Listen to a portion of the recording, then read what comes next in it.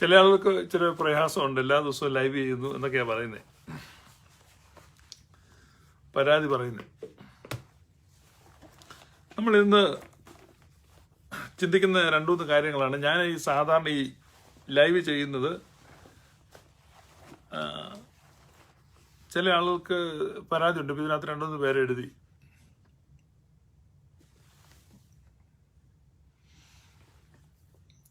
അപ്പം എന്തുകൊണ്ടാണെന്ന് ചോദിച്ചാൽ, ഇവിടെ പ്രത്യേകിച്ച് ഞാനിങ്ങനെ ഓരോ ദിവസവും ഒരു മെസ്സേജ് പ്രിപ്പയർ ചെയ്തിട്ട് ലൈവ് ചെയ്യുന്നതല്ല. ഓരോ ദിവസം ആളുകൾ ഇന്ററാക്ട് ചെയ്യുന്നതനുസരിച്ചാണ്. ആളുകൾ ചോദിക്കുന്ന കാര്യങ്ങൾ, പേഴ്സണലി ഫോണിൽ വിളിച്ച് ചോദിക്കുന്ന കാര്യങ്ങൾ, അതിന് മറുപടി പറയുകയാണ്. അപ്പം ജസ്റ്റ് തലേ ദിവസം ആളുകൾ ചോദിക്കുകയും അവരോട് പറയുകയും ചെയ്യുന്ന കാര്യങ്ങൾ, അതിൽ പൊതുവായി പ്രയോജനപ്പെടുന്ന ചില കാര്യങ്ങളാണ് ഷെയർ ചെയ്തുകൊണ്ടിരിക്കുന്നത്. അതാണ് ഈ ലൈവ് ചെയ്യുന്നതിൻ്റെ ഒരു പാറ്റേൺ. എന്ന ആളുകൾ ചോദ്യം അവസാനിപ്പിക്കുന്നോ അന്ന് നമ്മൾ ലൈവ് നിർത്തും. ഇന്നലെ ചില ആൾ വീണ്ടും പഴയ സംശയങ്ങൾ തന്നെ പൊങ്ങി വരികയാണ്.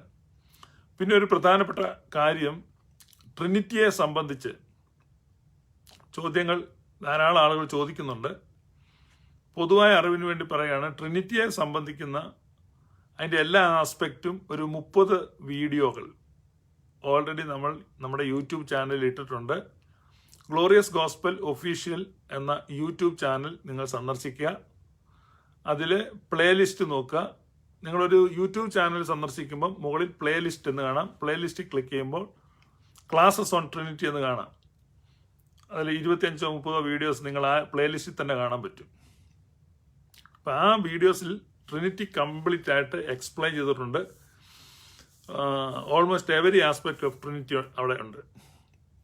അതുകൊണ്ട് ട്രിനിറ്റിയെ സംബന്ധിച്ച് സംശയങ്ങൾ ചോദിക്കുന്നവർ ദയവായി ആ വീഡിയോകൾ കണ്ടിട്ട് സംശയങ്ങൾ ചോദിക്കുക. വീഡിയോകൾ കണ്ടിട്ട് സംശയം ഉണ്ടെങ്കിൽ നിങ്ങൾ ചോദിക്കുക. അപ്പം എൻ്റെ ഒരു അറിവിൽ ഏകദേശം സാധാരണഗതിയിൽ ഉയർത്തപ്പെടുന്ന എല്ലാ ചോദ്യങ്ങൾക്കും ആ വീഡിയോകളിൽ ആൻസർ ചെയ്തിട്ടുണ്ട്. അതുകൊണ്ട് മറ്റ് മേഖലകളിൽ വരുന്ന സംശയമാണ് സാധാരണ ഇവിടെ ചോദിക്കുന്ന ഒരു സംശയം. ഇന്നലെ ഒരാൾ വിളിച്ച് ചോദിച്ചത്, വീണ്ടും സംശയം വരികയാണ് വിശുദ്ധ കുർബാനയെ പറ്റി. എന്തിനാണ് വിശുദ്ധ കുർബാന? ഒരു ന്യായമായ സംശയമാണ്. കർത്താവ് വിശുദ്ധ കുർബാന സ്ഥാപിച്ചു എന്തിനാണ്? രണ്ടൊന്ന് പ്രധാനപ്പെട്ട ചിന്തകൾ അതേ സംബന്ധിച്ച് നമ്മൾ മനസ്സിലാക്കണം.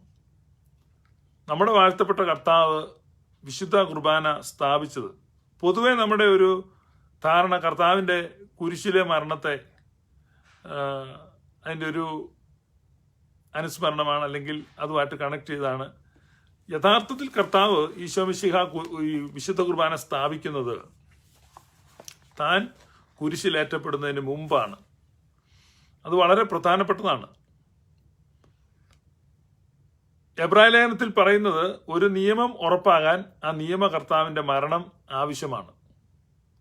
ഇപ്പം നമ്മുടെ കർത്താവ് അവസാനത്തെ നിയമമായി സ്നേഹത്തിൻ്റെ നിയമത്തെ സ്ഥാപിക്കുകയാണ്.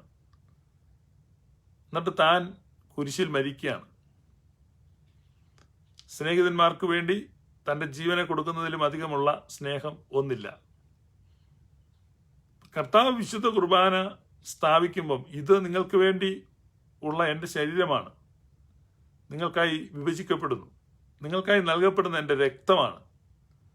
ഈ ഉടമ്പടിയെ കർത്താവ് ഉറപ്പിക്കുക. ഇതാണ് നമ്മളവിടെ മനസ്സിലാക്കേണ്ടത്. അത് ഒരിക്കലും ക്രൂശീകരണം കഴിഞ്ഞ് ഉത്ഥാനം ചെയ്ത് കഴിഞ്ഞിട്ട് വന്നല്ല ഇത് സ്ഥാപിക്കുന്നത്. അപ്പം അതുകൊണ്ടാണ് പൗലുസ്ലീഹ നമ്മളെ ആ രാത്രിയിലേക്ക് കൂട്ടിക്കൊണ്ടു പോകുന്നു. 1 കൊരിന്ത്യർ 11-ാം അധ്യായം 23-ാമത്തെ വാക്യത്തിൽ കർത്താവായ യേശുവിനെ കാണിച്ചു കൊടുത്ത രാത്രിയിൽ നമ്മളവിടെ ഒന്ന് വായിക്കുമ്പം 1 കൊരിന്ത്യർ 11-ാം അധ്യായം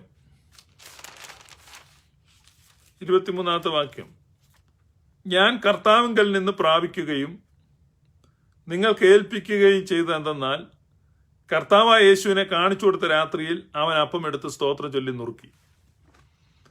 നമുക്കറിയാം കർത്താവായ യേശുക്രിസ്തു തൻ്റെ ശിഷ്യന്മാരുമായി ചേർന്ന് അവസാനത്തെ അത്താഴത്തിൽ അപ്പം നുറുക്കുന്ന സമയത്ത് 12 പേർ മാത്രമേ യേശുവിൻ്റെ കൂടെ ഉണ്ടായിരുന്നുള്ളൂ.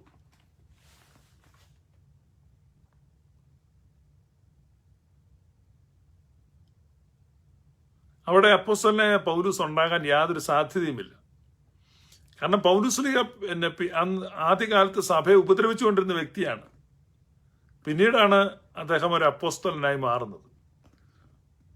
ഇപ്പൊ സ്വാഭാവികമായിട്ടും ന്യായയുക്തമായിട്ട് എഴുതുകയാണെങ്കിൽ പൗലൂസ് എഴുതേണ്ടത് ഞാൻ അന്വേഷിച്ചറിഞ്ഞത് പ്രകാരം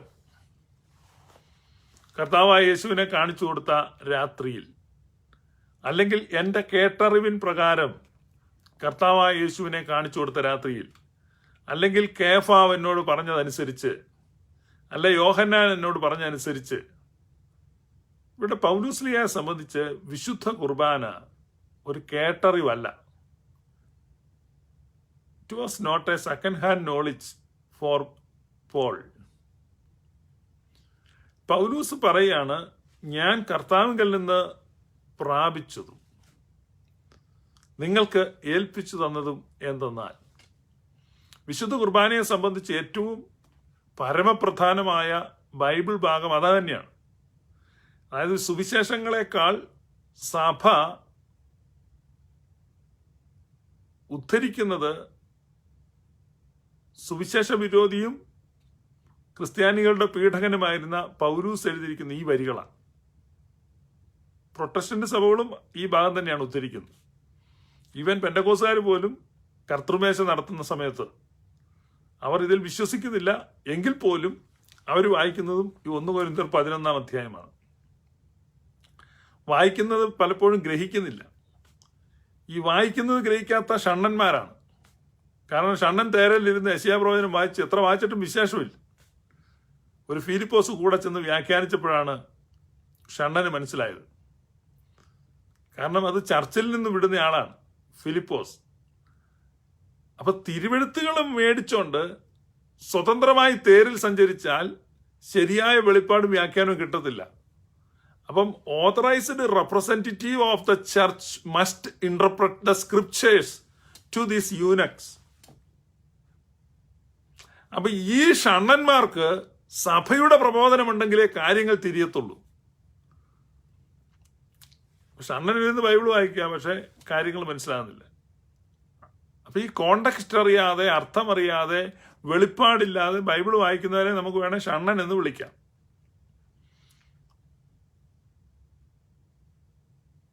ഈ നാളുകളിൽ അത്തരം വിഘടിക്കപ്പെട്ടു പോയ ഷണ്ണന്മാർക്ക് സഭയുടെ പ്രബോധനത്തിന്റെ വെള്ളി വെളിച്ചം, രജതരശ്മികൾ ലഭിക്കുവാനിടയാകട്ടെ എന്ന് നമുക്ക് പ്രാർത്ഥിച്ചുകൊണ്ട് നമുക്ക് ആ ഭാഗത്തേക്ക് ശ്രദ്ധയെ തിരിക്കാം.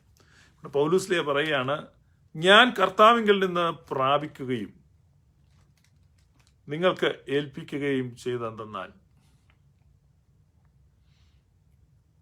ഈ സംഭവം കഴിഞ്ഞ് കുറെ വർഷങ്ങൾ കഴിഞ്ഞാണ് പൗലൂസ് ഇത് എഴുതുന്നത്. ഈ സംഭവം കഴിഞ്ഞ് ആക്ച്വൽ അത്താഴം കഴിഞ്ഞ് വർഷങ്ങൾക്ക് ശേഷം പൗലൂസ് പറയുകയാണ്, ഞാൻ കർത്താവിങ്കൽ നിന്ന് പ്രാപിക്കുകയും for me it is a first hand experience. പൗലൂസിന് അതൊരു ഫസ്റ്റ് ഹാൻഡ് എക്സ്പീരിയൻസ് ആകാമെങ്കിൽ, ഞാൻ പറയുന്നത് ആ സമയത്ത് കർത്താവുമായി ഒരു ഇസ്രായേൽ ജാതിക്കാരനായ, എബ്രായരിൽ ജനിച്ച എബ്രായനായ, ബെന്യാമിൻ ഗോത്രക്കാരനായ, കടുത്ത പരീശനായ പൗലൂസ്ലീഹ ആ രാത്രിയിൽ ഏതെങ്കിലും ഒരു യഹൂദ ഭവനത്തിലെ പാരമ്പര്യ വിധിപ്രകാരമുള്ള പെസഹയിൽ പങ്കാളിയാകുകയായിരുന്നിരിക്കും ഉറപ്പായിട്ടും. അല്ലെങ്കിൽ അദ്ദേഹം ദൈവാലയ ചുമതലകളൊക്കെ വഹിക്കുന്ന വ്യക്തി ആയതുകൊണ്ട് അപ്രകാരം ഏതെങ്കിലും പുരോഹിതന്റെ വീട്ടിലോ ഒക്കെ ആയിരുന്നിരിക്കും. ഒരിക്കലും കർത്താവുമായിട്ട് ആ സമയത്ത് ഒരു ബന്ധവുമില്ലാതിരുന്ന ആ വിരിച്ചൊരുക്കിയ മാളികമുറിയിൽ ആ സ്നേഹത്തിന്റെ ആ വലിയ വിരുന്ന് നടന്നപ്പോൾ പൗലൂസ്ലീഹ അവിടെ ഇല്ലായിരുന്നു. പക്ഷെ പിന്നീട് എഴുതുമ്പോൾ പൗലൂസ്ലീഹ പറയുകയാണ്, തന്റെ പേഴ്സണൽ എക്സ്പീരിയൻസ് ആയിട്ട് ഞാൻ കർത്താവിങ്കിൽ നിന്ന് പ്രാപിക്കുകയും നിങ്ങൾ കേൾപ്പിക്കുകയും ചെയ്തെന്നാൽ. ഇതിന്റെ അർത്ഥം ഇത് നിങ്ങൾക്കും very personal first hand experience ആകുവാൻ സാധിക്കും. There is A possibility. It is an infinite possibility. നമുക്ക് കിട്ടിയിരിക്കുന്ന ഒരു അനന്തമായ സാധ്യതയാണ്. നമ്മൾ അവിടെ ഇരുന്നിട്ട് പണ്ട് കർത്താവ് അങ്ങനെ ചെയ്തു. അപ്പം അതുകൊണ്ടാണ് വിശുദ്ധ കുർബാനയുടെ പ്രാധാന്യം. ഇത് നമുക്ക് കേവലം പണ്ട് നടന്ന ഒരു സംഭവമായിട്ടല്ല, മറിച്ച് ഇന്ന് നടക്കുന്ന ഒരു സംഭവമായിട്ട്. ഇന്ന് നമ്മൾ അതിലേക്ക് പോവുകയാണ്. നമ്മൾ ഇതേക്കുറിച്ച് വിശദമായിട്ട് ഇതിനു മുമ്പ് ഒരു ലൈവിൽ ചിന്തിച്ചിരുന്നു. ക്രോണോസ് ആൻഡ് കൈറോസ് എന്ന വിഷയം. സമയം നിശ്ചലമാകുമ്പോൾ ജന്മം സഫലമാകും എന്ന പേരിൽ ഗ്ലോറിയസ് ഗോസ്പൽ ഒഫീഷ്യൽ യൂട്യൂബ് ചാനലിൽ ആ മെസ്സേജ് അപ്ലോഡ് ചെയ്തിട്ടുണ്ട്. അത് വിട്ടുപോയിട്ടുള്ളവർ അത് ദയവായി കാണുക. അതിൽ നമ്മൾ എക്സ്പ്ലെയിൻ ചെയ്യുന്നുണ്ട് എങ്ങനെ വിശുദ്ധ കുർബാന ഇന്നിലേക്ക് ഇറങ്ങി വരുന്നു. അപ്പൊ ഇവിടെ നമ്മൾ കാണുന്നത് do this in remembrance of me. Anamnesis എന്ന ഒരു ഗ്രീക്ക് വാക്കാണ് അവിടെ ഉപയോഗിച്ചിരിക്കുന്നത്. നിങ്ങൾക്ക് അത് വേണമെങ്കിൽ അർത്ഥം ഗൂഗിൾ ചെയ്തൊക്കെ പരിശോധിക്കാവുന്നതാണ്. അപ്പം അതിനകത്ത് റെമിനിസൻസ് എന്നൊരർത്ഥമാണ് അവിടെ ഇതിന് കൊടുക്കുന്നത്. യഹൂദന്മാരുടെ ഇടയിൽ പണ്ട് നടന്ന ഒരു കാര്യത്തെ അനുസ്മരിപ്പിക്കുന്ന വിധത്തിൽ എന്തെങ്കിലും നിർമ്മിക്കുന്നതിനെ, ഉണ്ടാക്കി വെക്കുന്നതിനെയൊക്കെയാണ് അത് സൂചിപ്പിക്കുന്നത്. മെമ്മോറിയൽ സാക്രിഫൈസ്, സ്മാരക ബലി,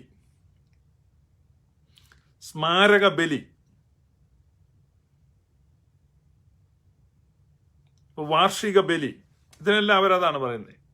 മെമ്മോറിയൽ സാക്രിഫൈസ്, സ്മരണ ഉണർത്തുകയാണ് എന്ന് പറഞ്ഞാൽ ആ എഫക്റ്റ് അവിടെ അനുഭവിക്കുകയാണ്.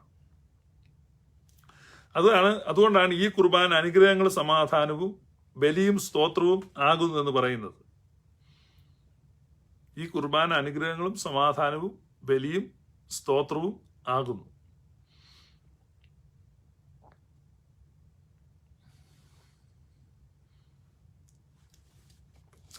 സംഖ്യാപുസ്തകം 10-ാം അധ്യായം 10-ാമത്തെ വാക്യത്തിൽ on your days of celebration, your festivals and your new moon feast, you shall blow the trumpets over your holocausts and your peace offerings. This will serve as a reminder of you before your God. I, the Lord, am your God. സംഖ്യ 10:10.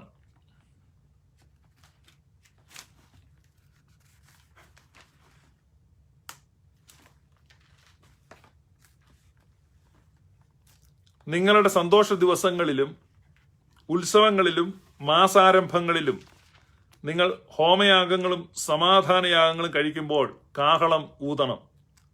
അവ നിങ്ങൾക്ക് ദൈവത്തിന്റെ സന്നിധിയിൽ ജ്ഞാപകമായിരിക്കും. യഹോവയായ ഞാൻ നിങ്ങളുടെ ദൈവം ആകുന്നു.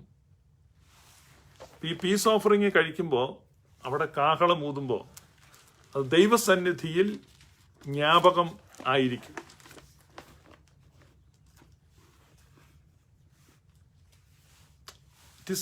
അതൊരു ജ്ഞാപകമാണ്. It's A memorial.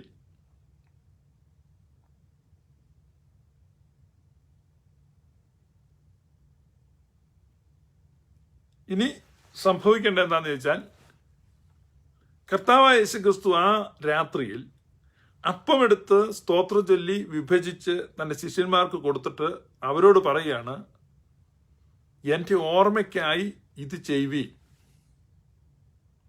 ന്യായമായിട്ടും നമുക്ക് സംശയിക്കാം അല്ലെങ്കിൽ ചോദിക്കാവുന്നൊരു കാര്യമാണ്, കർത്താവ് അവിടെ ഇരിക്കുക, പിന്നെ എന്തോ ഓർക്കാനാ? കർത്താവ് അവിടെ ഇരിക്കുകയാണ് അല്ലെ, വെരി പ്രസന്റ് ആയിട്ട് കർത്താവ് അവിടെ ഇരിക്കുക. കർത്താവ് ക്രൂശിക്കപ്പെട്ടിട്ടില്ല, കർത്താവ് പിടിക്കപ്പെട്ടിട്ടില്ല, കർത്താവ് അവരുടെ കൂടെയുണ്ട്. കർത്താവ് അപ്പം എടുത്ത് കൊടുത്തിട്ട് പറയാണ്, ഇത് എൻ്റെ ശരീരം ആകുന്നു. അപ്പൊ കർത്താവിന്റെ ആ ശരീരം അവിടെ ഉണ്ട്, ഫിസിക്കൽ ബോഡി അവിടെ ഉണ്ട്. ഒറ്റ ശിഷ്യൻ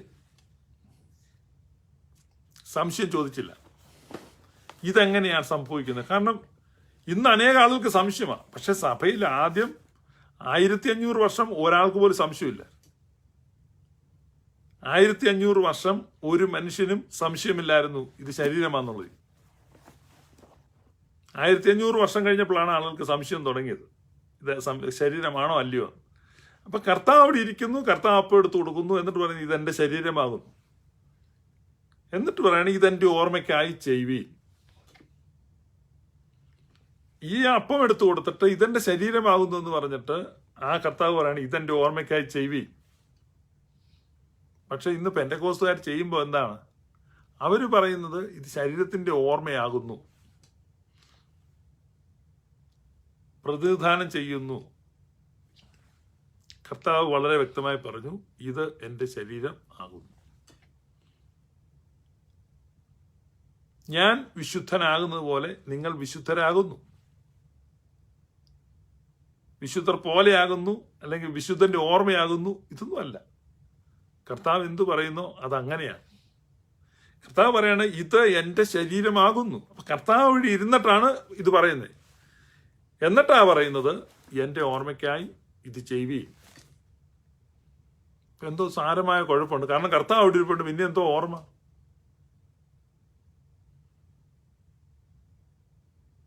അപ്പൊ അവിടെ നമ്മളെ കൊണ്ട് കണക്ട് ചെയ്യുന്നത് ആ രാത്രിയിലേക്കാണ്. അതാണ് ഇവിടെ അപ്പോസ്തലനായ പൗലൂസ് പറയുന്നത്, കർത്താവായ യേശുവിനെ കാണിച്ചു കൊടുത്ത രാത്രിയിൽ എന്ന് പറഞ്ഞാൽ നമ്മളെ ട്രാൻസ്ഫർ ചെയ്യുകയാണ്, നമ്മളെ എടുത്തോണ്ട് പോകുന്നത് ആ അത്താഴ വിരുന്നിലേക്കാണ്. അപ്പൊ ഓരോ ദിവ്യബലി അർപ്പണവും ആ ശുശ്രൂഷകനെയും ആ അനുവാചകരെയും ആ ജനങ്ങളെയും ആ പുരോഹിതനെയും ഒരുമിച്ച് എലിവേറ്റ് ചെയ്ത് അവരെ ട്രാൻസ്ഫർ ചെയ്യുന്ന എവിടെയാണ്? ആ മാളികമുറിയിലേക്കാണ്. അപ്പൊ ലോകത്തിൽ എവിടെ വിശുദ്ധ കുർബാന അർപ്പിച്ചാലും അർപ്പിക്കപ്പെടുന്ന വിശുദ്ധ കുർബാനകൾ മുഴുവൻ തന്നെ ആ മാളികമുറിയിലാണ് അർപ്പിക്കപ്പെടുന്നത്.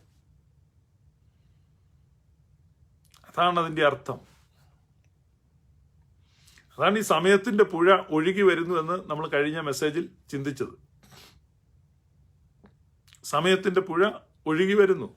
നമുക്കിപ്പം കേരളത്തിൽ പ്രവചനങ്ങൾ ശരിയാണെങ്കിൽ ഉടനെ വലിയ മഴ പെയ്യുമെന്നൊക്കെയാണ് പറയുന്നത്. പഴയ കാലത്ത് ഇങ്ങനെ ഈ മഴ പെയ്യുമ്പം മലവെള്ളം ഒലിച്ചു വരും. അപ്പം അങ്ങ് കാട്ടിൽ നിന്നൊക്കെ വെള്ളം ഒലിച്ചു വരുമ്പം കിഴക്കൻ പ്രദേശങ്ങളിൽ നിന്നൊക്കെ ഉള്ള സാധനങ്ങളൊക്കെ ഒഴുകി വരും. അന്ന് ഈ റാന്നി ഭാഗത്തുമൊക്കെ ആറ്റിൽ കൂടെ വരുന്ന സാധനങ്ങൾ പിടിക്കാൻ വേണ്ടി ചേട്ടന്മാർ തയ്യാറെടുക്കും. തടിയൊക്കെ ഒഴുകി വരും, തടി വരും. പിന്നെ മുകളിലൊക്കെ താമസിക്കുന്നവരുടെ വീട്ടു സാധനങ്ങൾ, കോഴിക്കൂട്, ആട്, കന്നുകാലിയൊക്കെ ഒഴുകി വരും. അപ്പം അതിനെയൊക്കെ പിടിച്ചെടുക്കാൻ താഴെ ബിരുദന്മാർ നിൽക്കും, വിദഗ്ധന്മാരും ആയിരിക്കണം. അപ്പം അതേപ്പറ്റി പണ്ട് ഒരു നാടൻ പാട്ടിങ്ങനെയുണ്ട്: ചട്ടി കലം തവി കുട്ടകളും കുറെ പട്ടിയും പൂച്ചയും കോഴികളും കാനനം തന്നിൽ വസിച്ചിടുന്ന കുറെ ആനകളും ആറെ ഒഴുകുന്നുണ്ട്. ഈ മലവെള്ളം വരുന്നതിനെ പറ്റി പറയുന്നു. അപ്പൊ അങ്ങനെ ഈ ക്രിസ്ത്യാനിറ്റിക്ക് അകത്തൂടെ ഒരു സ്ട്രീം ഇങ്ങനെ വരികയാണ്. ആ സ്ട്രീം എന്ന് പറഞ്ഞു കഴിഞ്ഞാൽ ആ അത്താഴം നടന്ന ആ എക്സ്പീരിയൻസ്, ആ സ്നേഹത്തിന്റെ ആ കൂട്ടായ്മ, അതേ മാളികമുറി സമയനദിയിലൂടെ സഞ്ചരിച്ചുകൊണ്ടിരിക്കുകയാണ്. It is present everywhere. It is present everywhere. അതേ സ്നേഹം, അതേ ഭാവ തീവ്രത, അതേ അനുഭൂതി, അതേ ഊഷ്മളത, അതേ സാന്നിധ്യം. പെന്തക്കോസ്തിക്ക് ശേഷം അവർ ആദ്യമായി വിശുദ്ധ കുർബാന അർപ്പിച്ചത് അതേ മാളികമുറിയിലാണ്. ഇന്നും സുറിയാനി സഭ അതേ മാളികമുറിയിൽ വിശുദ്ധ കുർബാന അർപ്പിക്കുന്നുണ്ട്. ഇന്നും അവിടെ നടന്നുകൊണ്ടിരിക്കുന്നു. സെയിം മാളികമുറി ഇന്ന് നിലനിൽക്കുന്നു. പക്ഷെ ഫിസിക്കലി അവിടെ അല്ലെങ്കിൽ പോലും ദാറ്റ് ഈസ് ദ മിസ്റ്ററി. അപ്പൊ അതാണ് കർത്താവ് നൽകുന്ന പ്രോമിസ്. എന്താണ് കർത്താവ് നൽകുന്ന പ്രോമിസ്? കണ്ടാലും ലോകാവസാനത്തോളം എല്ലാ നാളും ഞാൻ നിങ്ങളോട് കൂടെയുണ്ട് എന്ന് പറഞ്ഞാൽ ആ രഹസ്യങ്ങളുടെ മാളികയിൽ രഹസ്യങ്ങളുടെ ആഘോഷം നടന്ന ആ അപൂർവമായിരിക്കുന്ന സന്ദർഭം നിങ്ങളെ ഫോളോ ചെയ്തുകൊണ്ടിരിക്കും. അതാണ് കർത്താവ് പറഞ്ഞതിന്റെ അർത്ഥം. Do this in remembrance of me. ഇത് എൻ്റെ ഓർമ്മയ്ക്കായി ചെയ്യുവി. അതാണ് ഈ അനാംനെസിസ് എന്ന് പറഞ്ഞിരിക്കുന്നതിന്റെ അർത്ഥം. ഇപ്പം നിങ്ങൾക്ക് ഏറെക്കുറെ കാര്യങ്ങൾ മനസ്സിലായി എന്ന് തോന്നുന്നു. അല്ലാതെ ഈ പെന്തക്കോസ്തൽ വിഭാഗത്തിൽപ്പെട്ട ആളുകൾ തെറ്റിദ്ധരിച്ചിരിക്കുന്ന, വളരെ തെറ്റിദ്ധരിച്ച് അവർ വിചാരിച്ചിരിക്കുന്ന നമുക്ക് ഓർമ്മക്കുറവ് വരുമ്പോൾ ഉള്ള ഒരു മരുന്നാണ് ഈ ബണ്ണ് തിന്നുന്നത്. അപ്പം നമുക്ക് ഓർമ്മ വരാൻ വേണ്ടി ഈ ബണ്ണ് കാണുമ്പോൾ എങ്ങനെ കർത്താവിന് ഓർമ്മ വരുമെന്ന് എനിക്ക് മനസ്സിലാകുന്നില്ല. പഴയൊരു പാട്ടുണ്ട്, ഈ സിനിമാ പാട്ടാണ്. ശംഖുപുഷ്പം കണ്ണെഴുതുമ്പോൾ ശകുന്തളേ നിന്നെ ഓർമ്മ വരും. എങ്ങനെ ഓർമ്മ വരും നമുക്കറിയത്തില്ല. ചിലപ്പോൾ ശംഖുപുഷ്പത്തിന്റെ കീഴെ അവരങ്ങ് പോയി നിന്ന് കാണും. പക്ഷെ ഈ ബണ്ണ് കാണുമ്പം യേശു കർത്താവിന് എങ്ങനെ ഓർമ്മ വരുന്നു? അപ്പൊ എനിക്ക് ഓർമ്മയ്ക്കായി ചെയ്യുവീൻ എന്ന് പറഞ്ഞാൽ അതിന്റെ അർത്ഥം, കാരണം യു മിസ്ഡ് എ ലോട്ട്. ഒരുപാട് അർത്ഥങ്ങൾ നഷ്ടപ്പെട്ടു. അപ്പോൾ തേരിലിരുന്ന ഷണ്ണന് പകരം വേറെ പല സ്ഥലത്തേ ഇരിക്കുന്നുള്ളൂ. ഷണ്ണനേക്കാൾ ഒട്ടും ബെറ്റർ അല്ല. അപ്പോൾ ഫിലിപ്പോസ് വന്ന് ഇന്റർപ്രറ്റ് ചെയ്തപ്പോഴാണ് ഷണ്ണന് കാര്യം മനസ്സിലായി. അതുകൊണ്ട് കർത്താവ് ഈശോ മിശിഹ പറഞ്ഞതിന്റെ അർത്ഥം ഇതാണ്. അത് ആദിമസഭയ്ക്ക് മനസ്സിലായി. ആദിമസഭയ്ക്ക് മനസ്സിലായി എന്ന് പറഞ്ഞാൽ ആ ശിഷ്യന്മാർക്ക് കർത്താവ് അപ്പം എടുത്ത് നുറുക്കി കൊടുത്തിട്ട് അത് അവർക്ക് മാത്രമായിട്ട് കൊടുക്കുന്നതല്ല. അതുകൊണ്ടാണ് ഇത് ക്രൂശീകരണത്തിന് മുമ്പ് ചെയ്തു എന്ന് ഞാൻ പറയുന്നത്.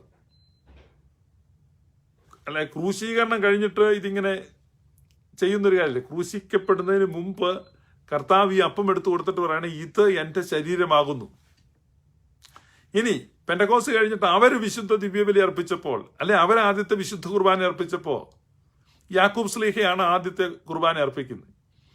യാക്കൂബ് സ്ലീഹ ആ അപ്പം എടുത്ത് സ്തോത്രം ചൊല്ലി നുറുക്കിയിട്ട് എന്തായിരിക്കും പറഞ്ഞത്? നമുക്ക് യാക്കോബിന്റെ തക്സ് ഉണ്ട്. സഭ പാരമ്പര്യമായിട്ട് യാക്കോബിന്റെ തക്സ് ഉപയോഗിച്ച് ചൊല്ലുമ്പോൾ അതിനകത്ത് ഇതെന്റെ ശരീരമാകുന്നെന്ന് തന്നെ പറയും. അപ്പൊ തലമുറ കൈമാറിപ്പോന്നാണ്. അത് ഞങ്ങൾ സമ്മതിക്കത്തില്ല. കാരണം തലമുറകൾ കഴിയുമ്പോൾ ഇതിന് മാറ്റം വരും, അർത്ഥശോഷണം വരും, അർത്ഥവ്യത്യാസം വരും. അപ്പൊ അതുകൊണ്ട് അന്ന് ഇങ്ങനെ അല്ലായിരുന്നു, ഇതങ്ങനെ അല്ലായിരുന്നു. പെന്തക്കോസ്തുകാർ ഈ സംവാദ വേദികളിൽ വന്ന് ബാലിശമായ ചാബല്യങ്ങൾ കാണിക്കുന്നുണ്ട്. പ്രത്യേകിച്ച് നമ്മുടെ UK ഷാജി പാപ്പനെ പോലെയൊക്കെയുള്ള ആളുകൾ അവർ ചെയ്യുന്ന എന്താണെന്ന് വെച്ച് കഴിഞ്ഞാൽ അവരുടെ ഭാവന അവർക്ക് ചിന്തിക്കും, ഇത് ഇങ്ങനെയാണെന്ന് ഊഹിച്ചിട്ട് പറയുക. യാതൊരു എവിഡൻസും ഇല്ല. അതങ്ങനെയായിരിക്കും. ഇന്ന് ഈ ഒരു പുസ്തകം വായിച്ചിട്ട് ഇവര് ഭാവനയിൽ കാണുക, അതങ്ങനെയായിരിക്കും. അപ്പൊ എന്താണ് ആക്ച്വലി സംഭവിച്ചത്? ഞങ്ങളിത് വിശ്വസിക്കത്തില്ല. അയ്യോ, പാരമ്പര്യത്തിൽ ഞങ്ങൾ വിശ്വസിക്കത്തില്ല.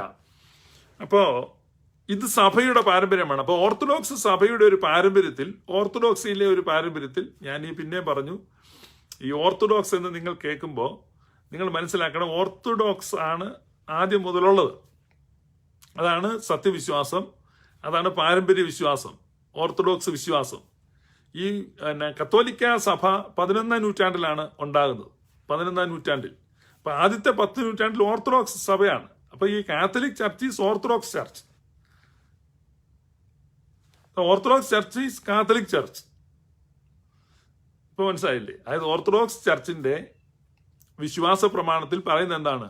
കാതോലികവും ശ്ലൈഹികവുമായ ഏകവിശുദ്ധ സഭയിൽ ഞങ്ങൾ വിശ്വസിക്കുന്നു. അപ്പൊ സഭ കാതോലികമാണ്, ഓർത്തഡോക്സ് ആണ്. ഓർത്തഡോക്സ് സഭ എന്ന് ഞാൻ പറഞ്ഞത് അതുകൊണ്ടാണ്. അപ്പൊ അത് ആ പാരമ്പര്യ വിശ്വാസമാണ്.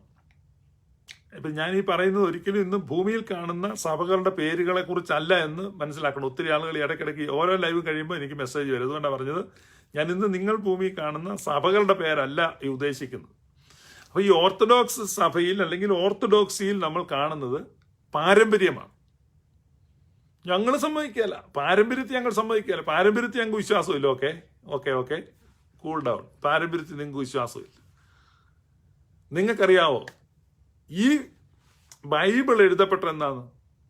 ബൈബിൾ ആദ്യം എഴുതപ്പെട്ടില്ല, ഓറലി ട്രാൻസ്മിറ്റ് ചെയ്യപ്പെടുകയായിരുന്നു. ഓറലി. ഒറിജിനൽ ഹീബ്രു ബൈബിൾ എന്ന് പറഞ്ഞാൽ ഹീബ്രു ആദ്യകാലത്തെ ലിപി തന്നെ ചിത്രലിപിയായിരുന്നു. ചിത്രലിപി എന്ന് പറഞ്ഞാൽ പടം വരയ്ക്കുക. ഇന്നത്തെ ചൈനീസ് ഭാഷ നിങ്ങൾ കണ്ടോ, മുഴുവൻ ചിത്രങ്ങളാണ്. അതുപോലെ ചിത്രലിപിയിലാണ് ഹീബ്രു എഴുതിയിരുന്നത്. ചിത്രലിപിയിൽ എഴുതപ്പെട്ട ബൈബിൾ ഉണ്ടോ ആരുടെയെങ്കിലും കയ്യിൽ, ഏതെങ്കിലും പണ്ഡിതന്റെ കയ്യിൽ? നിങ്ങൾ അങ്ങനെ ഒരു ബൈബിൾ കൊണ്ടുപോവാ, ചിത്രലിപിയിൽ എഴുതപ്പെട്ട ഒറിജിനൽ ഹീബ്രു ബൈബിൾ? നോ. അങ്ങനെ ഒരു ബൈബിൾ ഇല്ല. ഇത് പിന്നീട് സുറിയാനി ഭാഷയുടെ സ്ക്രിപ്റ്റിനെ കടമെടുത്ത് എബ്രായ ഭാഷ പരിഷ്കരിച്ചിട്ട് എഴുതുന്നതാണ്. അപ്പൊ ഈ കാര്യങ്ങൾ മുഴുവൻ ഓറലി ട്രാൻസ്മിറ്റ് ചെയ്യപ്പെട്ടാണ്. ഞാൻ ഇന്നലെ വൈകിട്ടത്തെ ലൈവ് പറഞ്ഞു, ബുക്ക് ഓഫ് സോഹാർ, തൽമൂദ്, മിഷ്ന എല്ലാം കൂടെ ഒരു 10-30,000 പേജ് കാണും. ഈ 10-30,000 പേജിലുള്ള മുഴുവൻ ഇൻഫർമേഷനും യഹൂദന്മാരുടെ തലമണ്ടയ്ക്കകത്തൂടെ തലമുറയായി ട്രാൻസ്മിറ്റ് ചെയ്തു പോകുന്നതാണ്. പിന്നീടാണ് അത് എഴുതുന്നത്. അല്ല, ഇത് ഒറിജിനലി പണ്ട് തൊട്ട് എഴുതി വെച്ച് നിങ്ങൾക്ക് എഴുതി വെക്കുന്നതിലാണ് വിശ്വാസം. പക്ഷേ ജൂവിഷ് പാരമ്പര്യത്തിൽ അവർക്ക് എഴുതുന്നതിനേക്കാൾ വിശ്വാസം പറയുന്നതാണ്. അപ്പൊ വാമൊഴി പാരമ്പര്യത്തിലാണ് അവർ വിശ്വസിക്കുന്നത്. കാരണം എൻ്റെ അപ്പൻ എന്നോട് പറഞ്ഞു തന്നാണ്. ഞാൻ കണ്ണും കാതും തുറന്ന്, കാരണം അന്ന് ഇത്രയും ഡിസ്ട്രാക്ഷൻ അന്നത്തെ കാലത്ത്. എൻ്റെ ചെറുപ്പത്തിൽ തന്നെ വലിയ ഡിസ്ട്രാക്ഷൻ ഒന്നുമില്ല. കാരണം വലിയ ശബ്ദങ്ങളൊന്നും കേൾക്കാനില്ല. വല്ലപ്പോഴും ഒരു കാക്ക വിരുന്ന് വിളിക്കുന്ന ഒച്ചയോ അല്ലെങ്കിൽ ചെറിയൊരു ഒച്ചയോ, ഒരു കാറ്റ് ഊതുന്ന ഒച്ചയോ, അങ്ങനെയൊക്കെ ഒച്ചയുള്ളൂ. അധികം ഡിസ്ട്രാക്ഷൻസ് ഇല്ല. ഫോൺ കോൾ വരുന്നില്ല, വാട്സാപ്പ് മെസ്സേജ് വരുന്നില്ല, നമ്മളെ ഡിസ്ട്രാക്ട് ചെയ്യാനൊന്നുമില്ല. അന്ന് കുട്ടികൾ പഠിക്കുമ്പോൾ അവർ നന്നായി ഗ്രഹിക്കും. അപ്പൊ ഇങ്ങനെ പിതാക്കന്മാരിൽ നിന്ന് കാര്യങ്ങൾ ശരിക്കും ഗ്രഹിച്ച് നേരിട്ട് മുഖതാവിൽ നിന്ന് പഠിച്ചിട്ട് അടുത്ത തലമുറയ്ക്ക് ജനറേഷൻ അത് പറഞ്ഞു കൊടുക്കുകയാണ്. അവർ കൂടുതൽ സമയം ഒരുമിച്ചാണ് ടൈം സ്പെൻഡ് ചെയ്യുന്നത്. അവർ കൃഷി ചെയ്യാൻ പോയാലും അവരെന്തിനു പോയാലും ഓൾമോസ്റ്റ് അവർ ഉറങ്ങുന്ന സമയം ഒഴിച്ച് ബാക്കി മുഴുവൻ സമയവും ഒരുമിച്ചാണ് സ്പെൻഡ് ചെയ്യുന്നത്. അപ്പോൾ ഓരോ സമയത്തും ഇതിങ്ങനെ ട്രാൻസ്ഫർ ചെയ്തുകൊണ്ടിരിക്കുകയാണ്. അതുകൊണ്ട് ഒരു തലമുറ പോയി അടുത്ത തലമുറ വരുമ്പോൾ ആ തലമുറയിൽ നിന്ന് അടുത്ത തലമുറയിലേക്ക് ഒരു ഫോട്ടോസ്റ്റാറ്റ് കോപ്പി പോലെ കൃത്യമായി കാര്യങ്ങൾ പതിക്കുകയാണ്. അന്ന് യഹൂദന്മാർ, പിന്നീട് ഏർലി ചർച്ച് സംശയത്തോടെ നോക്കിയിരുന്നത് റിട്ടൺ ഈ മാനുസ്ക്രിപ്റ്റുകളെയാണ്. അവർക്ക് ഭയമായിരുന്നു. നിങ്ങൾക്കറിയാവോ, ഈ ഓറലി ട്രാൻസ്മിറ്റ് ചെയ്യപ്പെടുന്ന അല്ലെ വാമൊഴിയായി കൈമാറ്റം ചെയ്യപ്പെടുന്ന ഇൻഫർമേഷനെ അവര് ഭയങ്കരമായി വിശ്വസിച്ചിരുന്നു. കാരണം ഇപ്പൊ ഞാൻ വന്നിട്ട് നിങ്ങളുടെ മീറ്റിംഗ് വന്നിട്ടൊരു കാര്യം പറയാണ്, നിങ്ങൾക്ക് ഭയങ്കര വിശ്വാസമാണ്. കാരണം ശിവപാസ്റ്റർ വന്നു, കാര്യങ്ങൾ പറഞ്ഞു, ഓക്കെ ഇതാണ്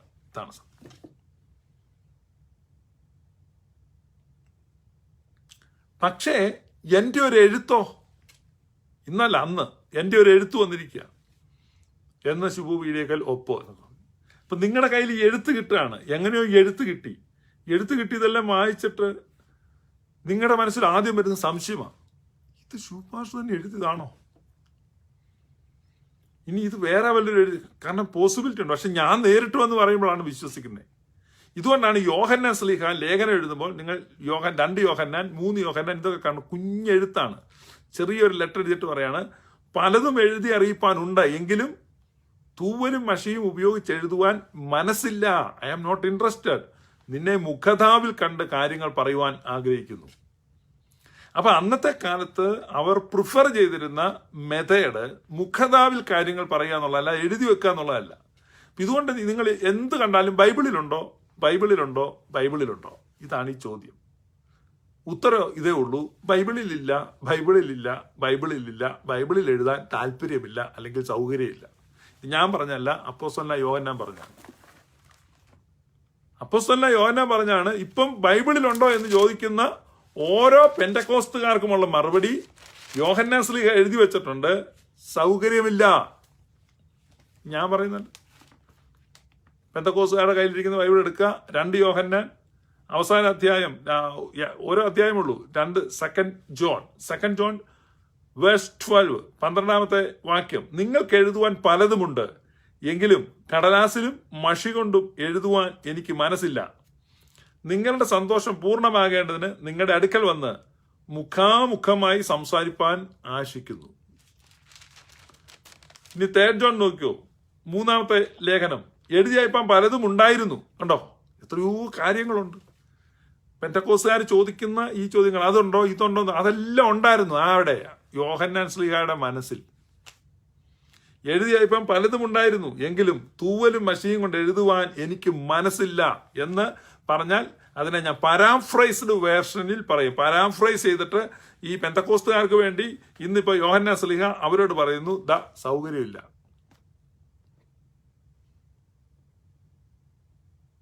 നീ ഇപ്പൊ ചോദിക്കുക ബൈബിളിലുണ്ടോ? ഉത്തരം ഞങ്ങളാരും അല്ല പറയുന്നേ, യോഹന്നാൻ ശ്ലീഹ പറയുന്നേ. എഴുതാൻ സൗകര്യമില്ല. നീ എന്നാ കേസെടുക്കൂ? സൗകര്യമില്ലടാ എഴുതാൻ. അങ്ങനെ എഴുതി വെച്ചിരിക്കുന്നേ. എനിക്ക് സൗകര്യമില്ല, കാരണം എനിക്ക് എൻ്റെ മക്കളോട് പറയാൻ പലതും ഉണ്ട്. എൻ്റെ മനസ്സിൽ പലതും ഉണ്ട്. എനിക്ക് പലത് എഴുതി അയപ്പാൻ പലതും ഉണ്ടായിരുന്നു, എങ്കിലും മഷിയും തൂവലും കൊണ്ട് എഴുതുവാൻ എനിക്ക് മനസ്സില്ല. വേഗത്തിൽ നിന്നെ കാണുവാൻ ആശിക്കുന്നു. അപ്പോൾ നമുക്ക് മുഖാമുഖമായി സംസാരിക്കാം.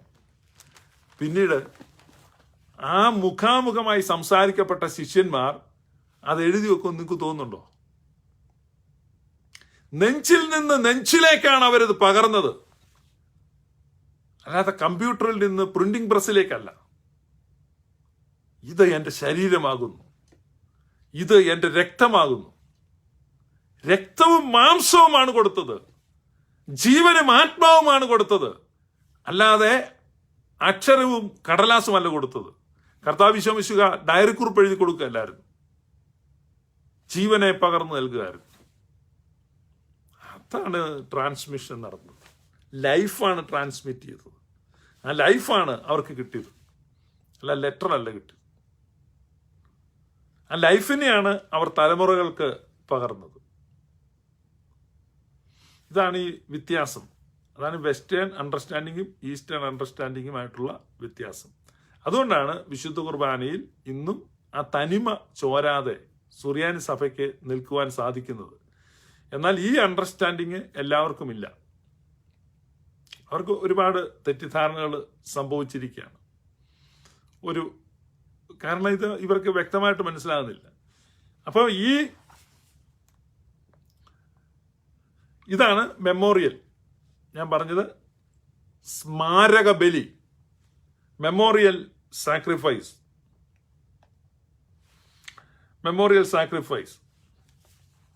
അപ്പൊ പഴയ നിയമത്തിലും ഇതാണ് നമ്മൾ കാണുന്നത്, മെമ്മോറിയൽ സാക്രിഫൈസ് ആണ് കാണുന്നത്. പക്ഷെ പഴയ നിയമത്തിൽ മെമ്മോറിയൽ സാക്രിഫൈസ് നടന്നപ്പോൾ എബ്രായ ലേഖനം 10-ാം അധ്യായം 3-ാമത്തെ വാക്യത്തിൽ നമ്മളിങ്ങനെ വായിക്കുന്നു, ന്യായപ്രമാണം വരുവാനുള്ള നന്മകളുടെ നിഴലല്ലാതെ കാര്യങ്ങളുടെ സാക്ഷാൽ സ്വരൂപമല്ലായ്ക കൊണ്ട് ആണ്ടുതോറും ഇടവിടാതെ കഴിച്ചു വരുന്ന അതേ യാഗങ്ങളാൽ അടുത്തു വരുന്നവർക്ക് സൽഗുണപൂർത്തി വരുത്തുവാൻ ഒരു നാളും കഴിവുള്ളതല്ല. അല്ലെങ്കിൽ ആരാധനക്കാർക്ക് ഒരിക്കൽ ശുദ്ധി വന്നതിന് ശേഷം പാപങ്ങളെക്കുറിച്ചുള്ള മനോബോധം പിന്നെ ഇല്ലായക കൊണ്ട് യാഗം കഴിക്കുന്നത് നിന്നു പോകയില്ലയോ? ഇപ്പോഴോ ആണ്ടുതോറും അവയാൽ പാപങ്ങളുടെ ഓർമ്മയുണ്ടാകുന്നു. It was a memorial. അപ്പൊ Old Testament sacrificial system, it was also a memorial. ഈ പെന്തക്കോസ്തുകാർ ആരോപിക്കുന്നു, നിങ്ങൾ വളരെ ശ്രദ്ധിക്കണം, നിങ്ങൾ ചതിക്കുഴികളിൽ പെട്ടിരിക്കുകയാണ്. പെന്തക്കോസ്ത് സഭകളിൽ സ്വർഗീയ വിരുന്ന് അങ്ങനെയൊക്കെയുള്ള കൂട്ടങ്ങളിൽ പെട്ടിരിക്കുന്ന ആളുകൾ വളരെ ശ്രദ്ധിക്കുക. നിങ്ങൾ വല്ലാതെ വഞ്ചിക്കപ്പെട്ടിരിക്കുന്നു, നിങ്ങൾ ചതിക്കുഴികളിൽ പെട്ടിരിക്കുന്നു. ഇവിടെ നിങ്ങൾ നോക്കുക, എബ്രായ ലേഖനം 10-ാം അധ്യായം 3 വായിക്കുന്നു, ഇന്നിപ്പോ പൗരോഹിത്യമില്ലെന്നുള്ളതാണ് അവരുടെ വാദം. ബിഷപ്പില്ലാതെ ഡയോസിസ് ഉള്ള അത്ഭുത പ്രതിഭാസമാണ് കേരളത്തിൽ നമ്മൾ കാണുന്നത്.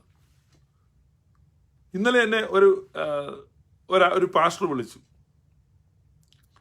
അപ്പം അയാൾ എന്നോട് പറഞ്ഞു, ഞാൻ സ്വർഗീയ വിരുന്നിലെ ഒരു ഡയോസിസ് പാസ്റ്ററാണ്.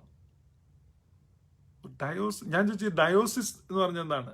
നിങ്ങൾ നോക്ക്, ഡയോസിസ് എന്ന് നിങ്ങൾ ടൈപ്പ് ചെയ്യാം, ഗൂഗിളിൽ പോയി ഡയോസിസ് എന്ന് ടൈപ്പ് ചെയ്യാം. ഡയോസിസ് എന്ന് പറഞ്ഞാൽ ബിഷപ്പിന്റെ ആസ്ഥാനം, വേറൊന്നല്ല. ഞാൻ ചോദിച്ചു, താങ്കൾ ബിഷപ്പാണോ? ആ പുള്ളി പറഞ്ഞു അല്ലല്ല. ഞാൻ പറഞ്ഞു ബിഷപ്പിന്റെ ആസ്ഥാനം എന്നാണ് ഡയോസിസ്. ഡയോസിസ് എന്ന് പറഞ്ഞാൽ ബിഷപ്പിന്റെ ആസ്ഥാനമാണ്. അപ്പൊ അങ്ങനെ വിചിത്രമായ പല അവകാശവാദങ്ങളും ആളുകളുടെ കണ്ണ് കെട്ടാൻ വേണ്ടി ഉണ്ടാക്കും. ഇനി ഇവിടെ നിങ്ങൾ നോക്കുക, ഇന്ന് പൗരോഹിത്യം ഇല്ല എന്നുള്ളതാണ് അവകാശവാദം. ഇനിയിപ്പം കുറച്ച് കഴിയുമ്പോൾ പൗരോഹിത്യം ഉണ്ടായിരുന്നത് ഞങ്ങൾ തന്നെ ആയിരുന്നത് പറയും. അപ്പോൾ ഓരോന്നും കഴിയുമ്പോൾ പറ്റിച്ചേ എന്ന് പറഞ്ഞുള്ള ഒരു രീതിയിലാണ്. കാരണം ഇവർക്ക് വ്യക്തമായ ഒരു ഉപദേശം പെന്തക്കോസ്തൽ സഭകൾക്കൊന്നുമില്ല. അവർക്ക് നിയതമായ ഉപദേശമില്ല. അപ്പോൾ സ്ഥലത്തുള്ളവൻ അപ്പോസ്തലനാവും. ഇതാണ് അപ്പോസ്തലൻ എന്ന് പറഞ്ഞാൽ. അപ്പോൾ സ്ഥലത്തുള്ളവൻ അപ്പോസ്തലൻ. പണ്ട് ഞങ്ങൾ ഈ ഫുട്ബോൾ കളിക്കും ഞങ്ങളുടെ സ്കൂളിൽ പഠിക്കുന്ന സമയത്ത്. ഞങ്ങളിവിടെ എൻ്റെ കൊച്ചിൻ്റെ സ്കൂളിൽ ഇന്നാൾ ചെന്ന സമയത്ത് അവിടെ ഞാൻ ഹെൽപ്പ് ചെയ്തതാണ്. 10-200 ഈ സോക്കർ ബോൾ, ഫുട്ബോൾ 200 ബോളുണ്ട് വലിയ ബോക്സിൽ എടുത്ത് വെച്ചിരിക്കുക. ഞങ്ങളുടെ സ്കൂളിൽ ആകെ ഒരു ബോളേ ഉള്ളായിരുന്നു. അപ്പം ഇതിന് കാറ്റ് കാണത്തില്ല. 45 മിനിറ്റ് ഒരു പീരീഡാണ്. അപ്പം എൻ്റെ കൂടെയൊക്കെ പഠിച്ച് പലരും ഇപ്പം ഈ ലൈവിൽ ജോയിൻ ചെയ്തിട്ടുണ്ട്. ബിജു PDAക്കിലും ഒക്കെ ഉണ്ട്. അവനൊക്കെ അറിയാം. ഞങ്ങൾ ഈ ഒരു 45 മിനിറ്റാണ് കളിക്കാൻ വിടുന്നത്. കളിക്കാൻ വിടുകയും മണിയടിക്കുമ്പോഴേക്കും ഓടും. ഞാനാണ് ഏറ്റവും ഫ്രണ്ടിൽ ഓടി ചെന്നിട്ട് ഈ സ്റ്റാഫ് റൂമിൽ ചെന്നിട്ട് ഈ ബോൾ എടുക്കും. ബോൾ എടുക്കുമ്പോൾ നമുക്ക് ഭയങ്കര ആഗ്രഹമാണ് ഇത് ഇൻഫ്ലേറ്റ് ചെയ്തായിരിക്കണം, ഗ്യാസ് ഈ വായു നിറച്ചായിരിക്കണം. പക്ഷേ അത് ചൊങ്ങിയിരിക്കും. അപ്പം ഇതിന് കാറ്റടിക്കണം. ഞാനാണ് അതുകൊണ്ട് ഓടുന്നത്. അതുകൊണ്ട് ഞാൻ ഓടി അവിടെ സൈക്കിൾ കടയിൽ പോകും. സൈക്കിൾ കടയിൽ പോയി പമ്പ് വെച്ച്, അപ്പം ഞാൻ അവിടെ പരിചയമുള്ളതുകൊണ്ട് പെട്ടെന്ന് പോയി അടിക്കും. അപ്പം ഇത് പോയി കാറ്റടിച്ച് നിറച്ച് ഈ പന്തിനെ ആ ഷേപ്പിലാക്കി കൊണ്ടുവന്നിട്ട് ഞങ്ങൾ ഈ കളിക്കുന്നത്. അന്നേരത്തേനും 10-15 മിനിറ്റ് പോകും. പിന്നെ പോയിട്ട് അരമണിക്കൂറുള്ളൂ. അങ്ങോട്ടും ഇങ്ങോട്ടും ഒക്കെ കുറേ തൊഴിക്കും. അപ്പം എത്ര പ്രാവശ്യം തൊഴിക്കാൻ കിട്ടുന്നു എന്നുള്ളതാണ്. അല്ലാതെ എങ്ങോട്ട് തൊഴിക്കുന്നൊന്നുമില്ല. കളിക്ക് വലിയ നിയമമൊന്നുമില്ല. കുറച്ച് ഓടുക, ചാടുക, പ്രത്യേകിച്ച് ഇന്ന ഗോളി. അപ്പം ഈ ഗോളി എന്ന് പറഞ്ഞ ഒരുത്തൻ നിന്ന് കഴിഞ്ഞാൽ അവന് ജീവിതത്തിൽ ഈ പന്ത് തൊടാൻ പറ്റത്തില്ല. മിക്കവാറും ഗ്രൗണ്ടിൻ്റെ നടുക്കൊക്കെ ആയി കളി നടന്നുണ്ട്. അതുകൊണ്ട് ആരും ഗോളി നിൽക്കാൻ ഇഷ്ടപ്പെടുന്നില്ല. അതുകൊണ്ട് ആ കാലത്ത് ഞങ്ങൾ കണ്ടുപിടിച്ച ഒരു സൂത്രമാണ് സമയത്തു ഗോളി എന്ന് പറഞ്ഞൊരു സംവിധാനമാണ്. ഈ സമയത്തു ഗോളി എന്ന സംവിധാനം എന്താണെന്ന് വെച്ചാൽ, കളിച്ചു വരുമ്പോൾ ഈ ബോൾ ഗോൾ പോസ്റ്റിനോട് അടുത്താൽ ആ ടീമിൽ ആര് അപ്പോൾ ഗോൾ പോസ്റ്റിന് അടുത്തുണ്ടോ അവൻ ഓടിപ്പോയി ഗോളിയായിട്ട് നിന്നോണം. ലോകത്ത് എവിടെയെങ്കിലും അങ്ങനെ ഒരു കളി ഉണ്ടോ എന്ന് എനിക്കറിയത്തില്ല. അതുകൊണ്ട് ആർക്കും ഗോളിയാകാം. അപ്പം ഞങ്ങളിപ്പോൾ 10 പേരാണ് ഒരു ടീമിൽ കളിക്കുന്നത്. ഈ 10 പേർക്കും ഗോളിയാകാം. ആരപ്പോൾ സ്ഥലത്തുണ്ടോ അവൻ അപ്പോസ്തലനായിക്കോണം. അപ്പം അപ്പോൾ സ്ഥലത്തുള്ളവൻ അപ്പോസ്തലൻ. ഞങ്ങളുടെ ആ കഥ ഞങ്ങളുടെ മുഴുവൻ പറയാം. എന്നിട്ട് ഈ കളി തീർന്നിട്ട് ഈ പന്ത് കൊണ്ട് തിരിച്ചു വെക്കണം. ഈ പന്ത് കൊണ്ട് തിരിച്ചു വെക്കുന്ന ഒരു കലാപരിപാടി ഉണ്ട്. മണിയടിക്കും. അപ്പം നമ്മൾ ക്ലാസ്സിലോട്ട് പോവാണ്. അപ്പം ഞങ്ങൾ ഇതിനിടയ്ക്ക് വളരെ വെപ്രാളപ്പെട്ട് ചെയ്യുന്ന ഒരു ഒരു ഒരു അടിയന്തരമായ ഒരു ശുശ്രൂഷയുണ്ട്. എന്താണെന്ന് നിങ്ങൾക്കറിയാവോ? ഞങ്ങൾ പന്ത് സ്റ്റാഫ് റൂമിൽ വെക്കുന്നതിന് മുമ്പ് ഒരു വിതൗട്ട് എനി ഫെയിൽ ഈ കാറ്റ് കുത്തി വിട്ടിട്ട് കൊണ്ട് വെക്കുള്ളൂ. കാരണം അടുത്ത ക്ലാസ്സുകാരൻ കളിക്കാൻ വരുമ്പോൾ നമ്മൾ നിറച്ച കാറ്റ് വെച്ച് അവൻ അങ്ങനെ കളിക്കണ്ട. ഞങ്ങൾ കാറ്റ് കുത്തി വിടുമായിരുന്നു. ഞങ്ങളല്ല എല്ലാവരും കാറ്റ് കുത്തി. അതുകൊണ്ടാണ് ഞങ്ങൾക്ക് കാറ്റ് കുത്തി വിട്ട പന്ത് കിട്ടി. അപ്പം അതിപ്പോൾ ഒരു തീരുമാനം ഉണ്ടാക്കാൻ ഞങ്ങളുടെ സ്കൂൾ ജീവിതത്തിൽ കഴിഞ്ഞിട്ടില്ല. എല്ലാവരും കാറ്റ് കുത്തി വിടുമായിരുന്നു. എല്ലാവർക്കും കാറ്റ് കുത്തി വിട്ട പന്തായിരുന്നു കിട്ടിക്കൊണ്ടിരുന്നത്. അപ്പം അതൊക്കെ ഒരു കാലഘട്ടം. അപ്പം ഞാൻ ഈ പറഞ്ഞു വന്നത്, അപ്പോൾ സ്ഥലത്തുള്ളവൻ അപ്പോസ്തലൻ. ഇതാണ് പെന്തക്കോസ്തുകാർ മനസ്സിലാക്കുന്നത്. അപ്പം ഇതുകൊണ്ട് ഇവരിങ്ങനെ പല പല വ്യാഖ്യാനങ്ങളും കൊണ്ടുവരാൻ സാധ്യതയുണ്ട്. അതിനെക്കുറിച്ച് നിങ്ങൾ മനസ്സിലാക്കണം. ഇവിടെ പൗരോഹിത്യം ഉണ്ടോ ഇല്ലയോ എന്നുള്ളതാണ് വിഷയം. പഴയ നിയമത്തിൽ പൗരോഹിത്യം ഉണ്ടായിരുന്നു എന്നാണ് ഇവർ പറയുന്നത്. പുതിയ നിയമത്തിൽ വന്നപ്പോൾ പൗരോഹിത്യമില്ല. ശരി, ഇനി നമ്മൾ നോക്കുക പഴയ നിയമത്തിലെ യാഗങ്ങൾ. ഇവിടെ എബ്രായ ലേഖനം 10-ാം അധ്യായത്തിൽ പറയുകയാണ്, 3-ാം വാക്യം, ആണ്ടുതോറും അവയാൽ പാപങ്ങളുടെ ഓർമ്മയുണ്ടാകുന്നു. അപ്പൊ പഴയ നിയമത്തിലുണ്ടായിരുന്ന സാക്രിഫൈസും എന്തായിരുന്നു? It was also a memorial. പഴയ നിയമത്തിലെ യാഗങ്ങളും മെമ്മോറിയലായിരുന്നു. ആ മെമ്മോറിയൽ സ്മാരക യാഗത്തിനല്ല, സ്മാരക ബലിക്കാണ് പൗരോഹിത്യം നിലനിന്നത്. പുതിയ നിയമത്തിലേതും ബലിയാണ്, സ്മാരക ബലിയാണ്. ഞാൻ പറഞ്ഞ ഈ വാക്ക് ഈ ലൂക്കോസിന്റെ സുവിശേഷത്തിലൊക്കെ ഉപയോഗിച്ചിരിക്കുന്ന ആ ഗ്രീക്ക് വാക്ക് അനാംനെസിസ് എന്ന ഗ്രീക്ക് വാക്കാണ്. അനാംനെസിസിന്റെ അർത്ഥം നിങ്ങൾ നോക്ക്. It is a memorial sacrifice. അപ്പോൾ Old Testament sacrifice was also a memorial sacrifice. അതെന്തായിരുന്നു? ആ സാക്രിഫൈസസ് അവരെ കണ്ടിന്യൂസ്ലി റിമൈൻഡ് ചെയ്യിച്ചുകൊണ്ടിരുന്നത് എന്തായിരുന്നു അവരെ റിമൈൻഡ് ചെയ്യിച്ചത്? അവരെ റിമൈൻഡ് ചെയ്യിച്ചത് പാപത്തെക്കുറിച്ചായിരുന്നു. നിങ്ങളപ്പോൾ പഴയ നിയമ യാഗങ്ങളെയും നമ്മുടെ വിശുദ്ധ കുർബാനയെയും കൂടെ താരതമ്യം ചെയ്യുക. അവരന്ന് ഈ സാക്രിഫൈസ് നടത്തുമ്പം അവർക്കുണ്ടാകുന്നത് എന്താണ്? പാപത്തിന്റെ ഓർമ്മയാണ്. എത്ര ഗതികേടാണ് നിങ്ങൾ ഓർത്തു. നമ്മൾ എത്ര ഭാഗ്യമുള്ളവരാണ് എന്ന് നിങ്ങൾ നോക്ക്. അപ്പൊ പാപത്തെക്കുറിച്ചുള്ള ഓർമ്മ, ഈ പാപത്തെക്കുറിച്ചുള്ള ഓർമ്മ. പക്ഷേ കർത്താവ് പറയാണ്, ഈ അപ്പം എടുത്തിട്ട് എന്റെ ഓർമ്മയ്ക്കായി ഇത് ചെയ്യുവീൻ. ഇനിയാണ് നിങ്ങൾ ഈ വ്യത്യാസം മനസ്സിലാക്കേണ്ടത്. പഴയ നിയമത്തിലെ യാഗങ്ങൾ നടക്കുമ്പോൾ പാപത്തെക്കുറിച്ചുള്ള ഓർമ്മയാണ് അവർക്കുണ്ടാകുന്നത്. പക്ഷെ പുതിയ നിയമത്തിലെ വിശുദ്ധ കുർബാന കർത്താവ് സ്ഥാപിക്കാൻ പറയാണ് എന്റെ ഓർമ്മ. അപ്പൊ പുതിയ നിയമത്തിലെ വിശുദ്ധ കുർബാനയിൽ നമ്മൾ ഓർക്കുന്നത് എന്താണ്? നമ്മുടെ പാപമല്ല ഓർക്കുന്നത്, കർത്താവിനെയാണ് ഓർക്കുന്നത്. അപ്പൊ എന്റെ ഓർമ്മയ്ക്കായി ഇത് ചെയ്യുവീൻ. ഇതെന്റെ ശരീരമാകുന്നു, അല്ലാതെ ഇത് എന്റെ ശരീരത്തിന്റെ ഓർമ്മയാണെന്നല്ല. അവിടെയാണ് ചെറിയ ഈ ട്വിസ്റ്റ്. അതായത് എന്റെ ഓർമ്മയാണ്, പക്ഷെ ഇതെന്റെ ശരീരമാണ്. അതിനെ പെന്തക്കോസ്തുകാരെന്ത് ചെയ്തു? ബുദ്ധിപൂർവം. It was a brilliant twist. കാരണം ഒന്നും രണ്ടും പേരെയല്ല, ലക്ഷക്കണക്കിന് ആളുകളെ 100 കൊല്ലമായി വഞ്ചിച്ചുകൊണ്ടിരിക്കുകയാണ്. വിജയകരമായി മുന്നോട്ട് പോകുന്നു. പണ്ടൊരു പയ്യൻ പത്രം വിറ്റു. വലിയ വഞ്ചന, പട്ടണത്തിൽ 56 പേർ വഞ്ചിക്കപ്പെട്ടു. വലിയ വഞ്ചന, പട്ടണത്തിൽ 56 പേർ വഞ്ചിക്കപ്പെട്ടു. 1 രൂപ പത്രം. ഒരുത്തൻ എന്ത് ചെയ്തു? 1 രൂപ കൊടുത്ത് പത്രം മേടിച്ചു. പത്രം അവന് കൊടുത്തു. 1 രൂപ മേടിച്ച് പോക്കറ്റ് ഇട്ടിട്ട് പയ്യൻ വിളിച്ചു പറയാണ്, വലിയ വഞ്ചന, പട്ടണത്തിൽ 57 പേർ വഞ്ചിക്കപ്പെട്ടു.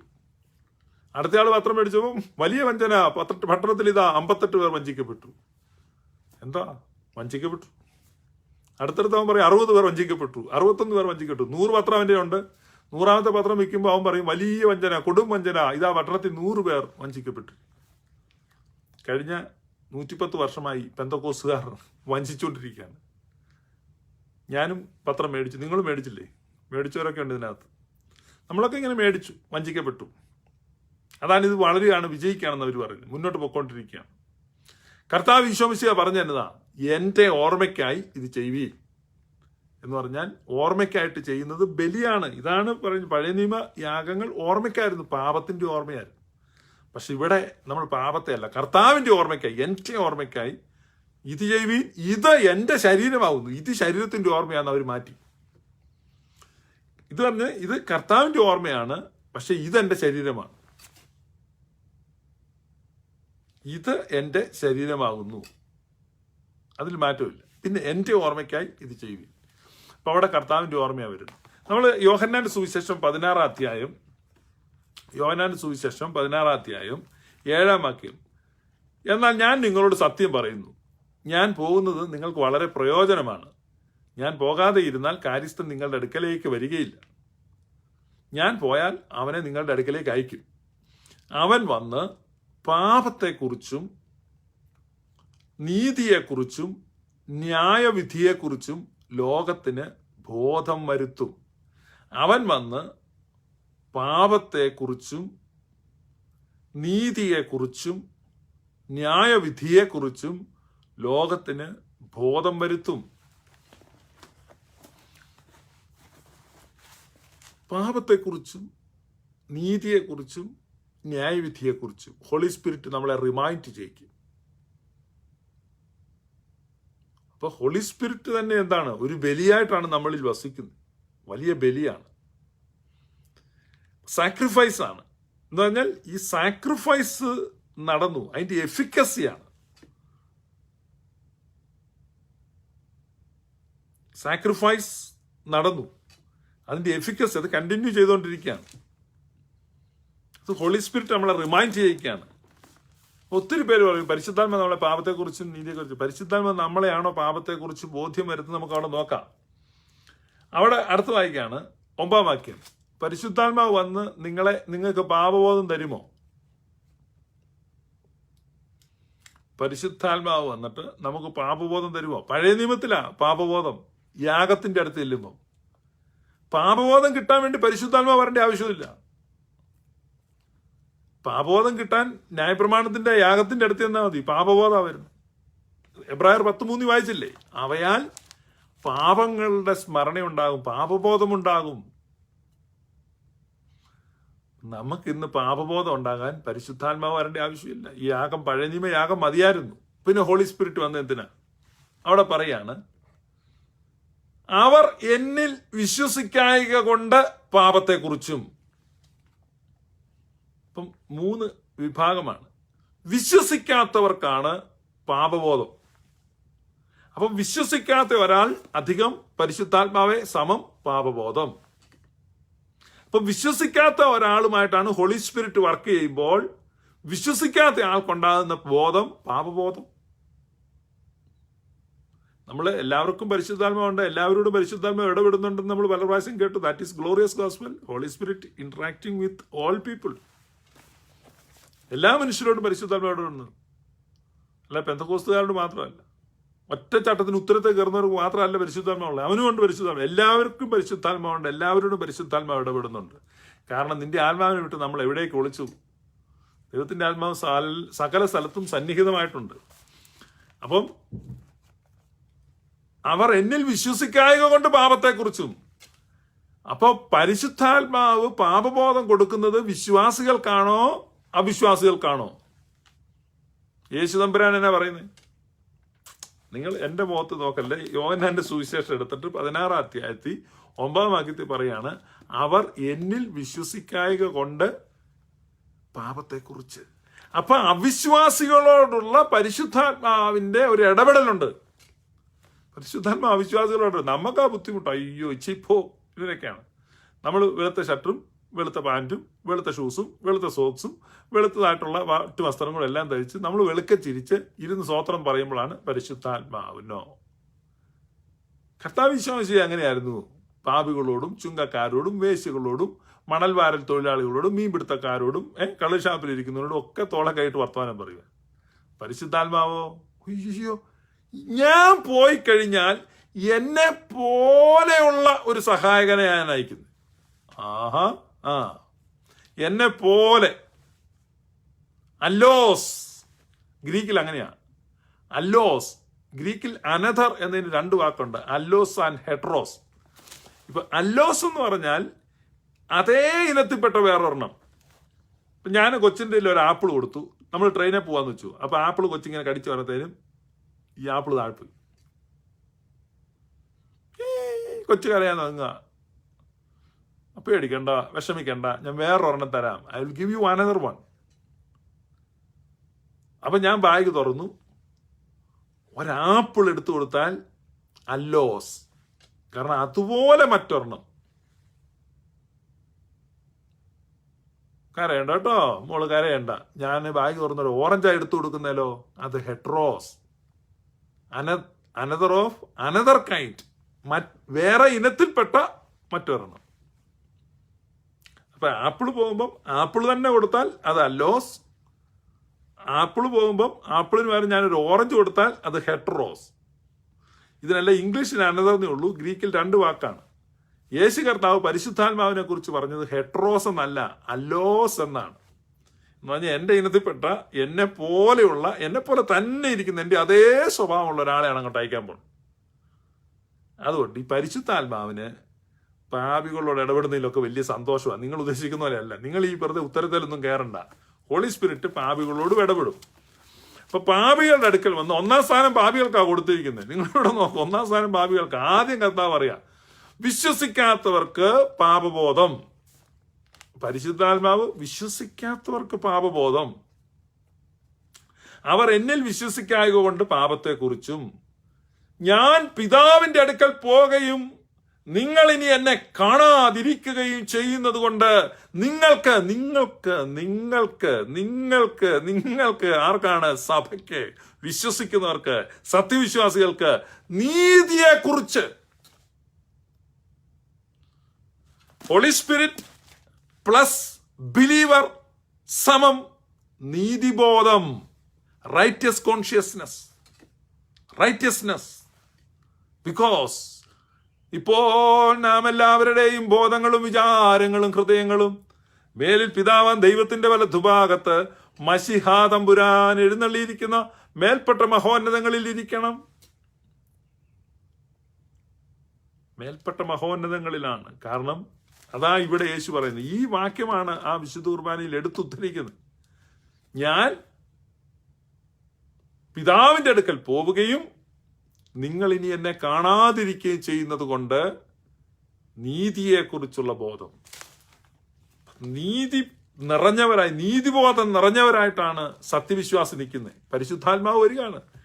അതുകൊണ്ടാണ് വെക്കപ്പെട്ട വിശുദ്ധ പദാർത്ഥങ്ങളുടെ മേൽ പരിശുദ്ധ റൂഹ പൊരുന്നി ആവസിപ്പിച്ച് ഇതിനെ നമ്മുടെ കർത്താവ് വിശ്വമിശിഹായുടെ ശരീര രക്തങ്ങളാക്കി മാറ്റുന്ന ഈ സമയം എത്ര ഭ്രമിക്കത്തക്കതാകുന്നു. നമ്മൾ വിശുദ്ധ കുർബാനയുടെ ക്ലാസ് വരുന്നുണ്ട്. അപ്പൊ നമ്മൾ കൂടുതൽ എക്സ്പ്ലെയിൻ ചെയ്യും ഓരോ പോയിന്റും. അപ്പൊ ഇവിടെ നമ്മൾ കാണുന്നത് നീതിബോധമാണ് വിശ്വാസികൾക്ക്. അടുത്തത്, ഈ ലോകത്തിന്റെ പ്രഭു വിധിക്കപ്പെട്ടിരിക്കുന്നത് കൊണ്ട് ന്യായവിധിയെക്കുറിച്ചും തന്നെ. ഇപ്പൊ ന്യായവിധിയുടെ ബോധ്യമാർക്കാണ്? ഈ ലോകത്തിന്റെ റിലീജിയസ് സിസ്റ്റത്തിന്, പവേഴ്സ് ആൻഡ് പ്രിൻസിപ്പാലിറ്റീസ്, ഈ ലോകത്തെ ആരെല്ലാം കൺട്രോൾ ചെയ്യുന്നോ, ആരെല്ലാം ചർച്ചിനെ ഒപ്പോസ് ചെയ്യുന്നോ, അവർക്കാണ് ടെറർ ഓഫ് ജഡ്ജ്മെന്റ്, ന്യായവിധിയെക്കുറിച്ചുള്ള ബോധ്യം. ഹോളി സ്പിരിറ്റ് പ്ലസ് എതിരാളികൾ സമം ന്യായവിധി. ഹോളി സ്പിരിറ്റ് പ്ലസ് അവിശ്വാസികൾ സമം പാപബോധം. ഹോളി സ്പിരിറ്റ് പ്ലസ് വിശ്വാസികൾ സമം നീതിബോധം.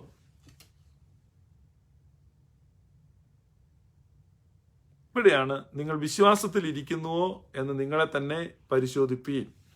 പത്രോസ് അപ്പോസ്തലൻ പറയാണ്, നമ്മൾ വിശ്വാസത്തിലാണ് ഇരിക്കുന്നതെങ്കിൽ പരിശുദ്ധാത്മാവ് നമ്മളിൽ നീതിബോധം കൊണ്ടുവരും, നീതിഫലം നിറഞ്ഞവരായിത്തീരും. നീതിഫലം നിറഞ്ഞവരായിത്തീരും. അപ്പോൾ നമ്മളിൽ എന്തുണ്ടാവും? ഫ്രൂട്ട് ഓഫ് റൈറ്റിയസ്നെസ്, നീതിയുടെ ഫലം നിറഞ്ഞവരായി മാറും. ഇതാണ് ഈ ബലിയുടെ പ്രത്യേകത.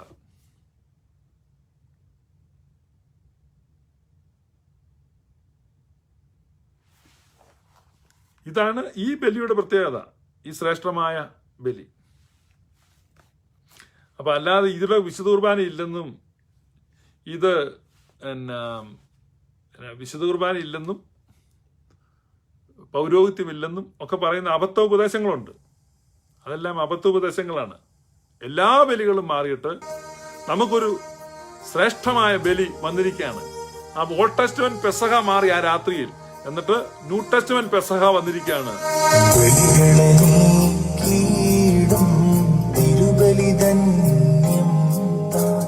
പുണ്യം നൽകിയിടും വലിയ സ്തോത്രം, അഗ്നിത്തേരിന്മേൽ സ്ഥിതി ചെയ്യുന്നോനെ, സ്കീപ്പാമേലേറ്റി വെള്ളി ദിനത്തിൽ വച്ചു തറച്ചാർക്കൻ പാണികളത്യുഗ്രം, കാലുകളും ലേശം കരളലിവന്നെ,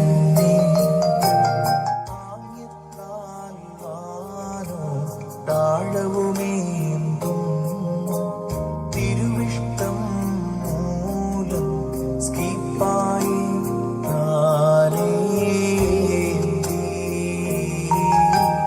ഏറെ നാച്ചൂളും കാന്തിയേന്തുന്നു തരുവിന്മേൽ നഗ്നം തൂക്കപ്പെട്ടു.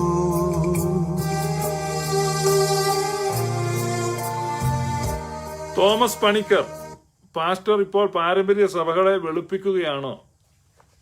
ഓർത്തഡോക്സുകാർക്കും യാക്കോബായക്കാർക്കും പോലും തോന്നാത്ത കാര്യങ്ങളാണ് പാസ്റ്റർ ഇപ്പോൾ ഇവിടെ പറയുന്നത്. ഈ ഓർത്തഡോക്സുകാർക്കും യാക്കോബായക്കാർക്കും ഇത് തോന്നാത്തത് കൊണ്ടാണല്ലോ അവിടുന്ന് നിങ്ങൾക്ക് ആളെ പിടിക്കാൻ പറ്റിയത്. ഈ തോമസ് പണിക്കർ നമ്മുടെ ഒരു വെരി ഡിയർ ഫ്രണ്ടാണ്. Is also A pastor. അപ്പൊ അദ്ദേഹം പറയുന്നത് ഇത് ശരിയല്ല, കാരണം ഓർത്തഡോക്സുകാരും യാക്കോബായക്കാരും ഇത് പറയുന്നില്ല. അപ്പൊ അവിടെ നല്ല ഈസി ആക്സസ് ആണ്, നമുക്ക് അവിടെ ആളെ പിടിക്കാൻ എളുപ്പമാണ്.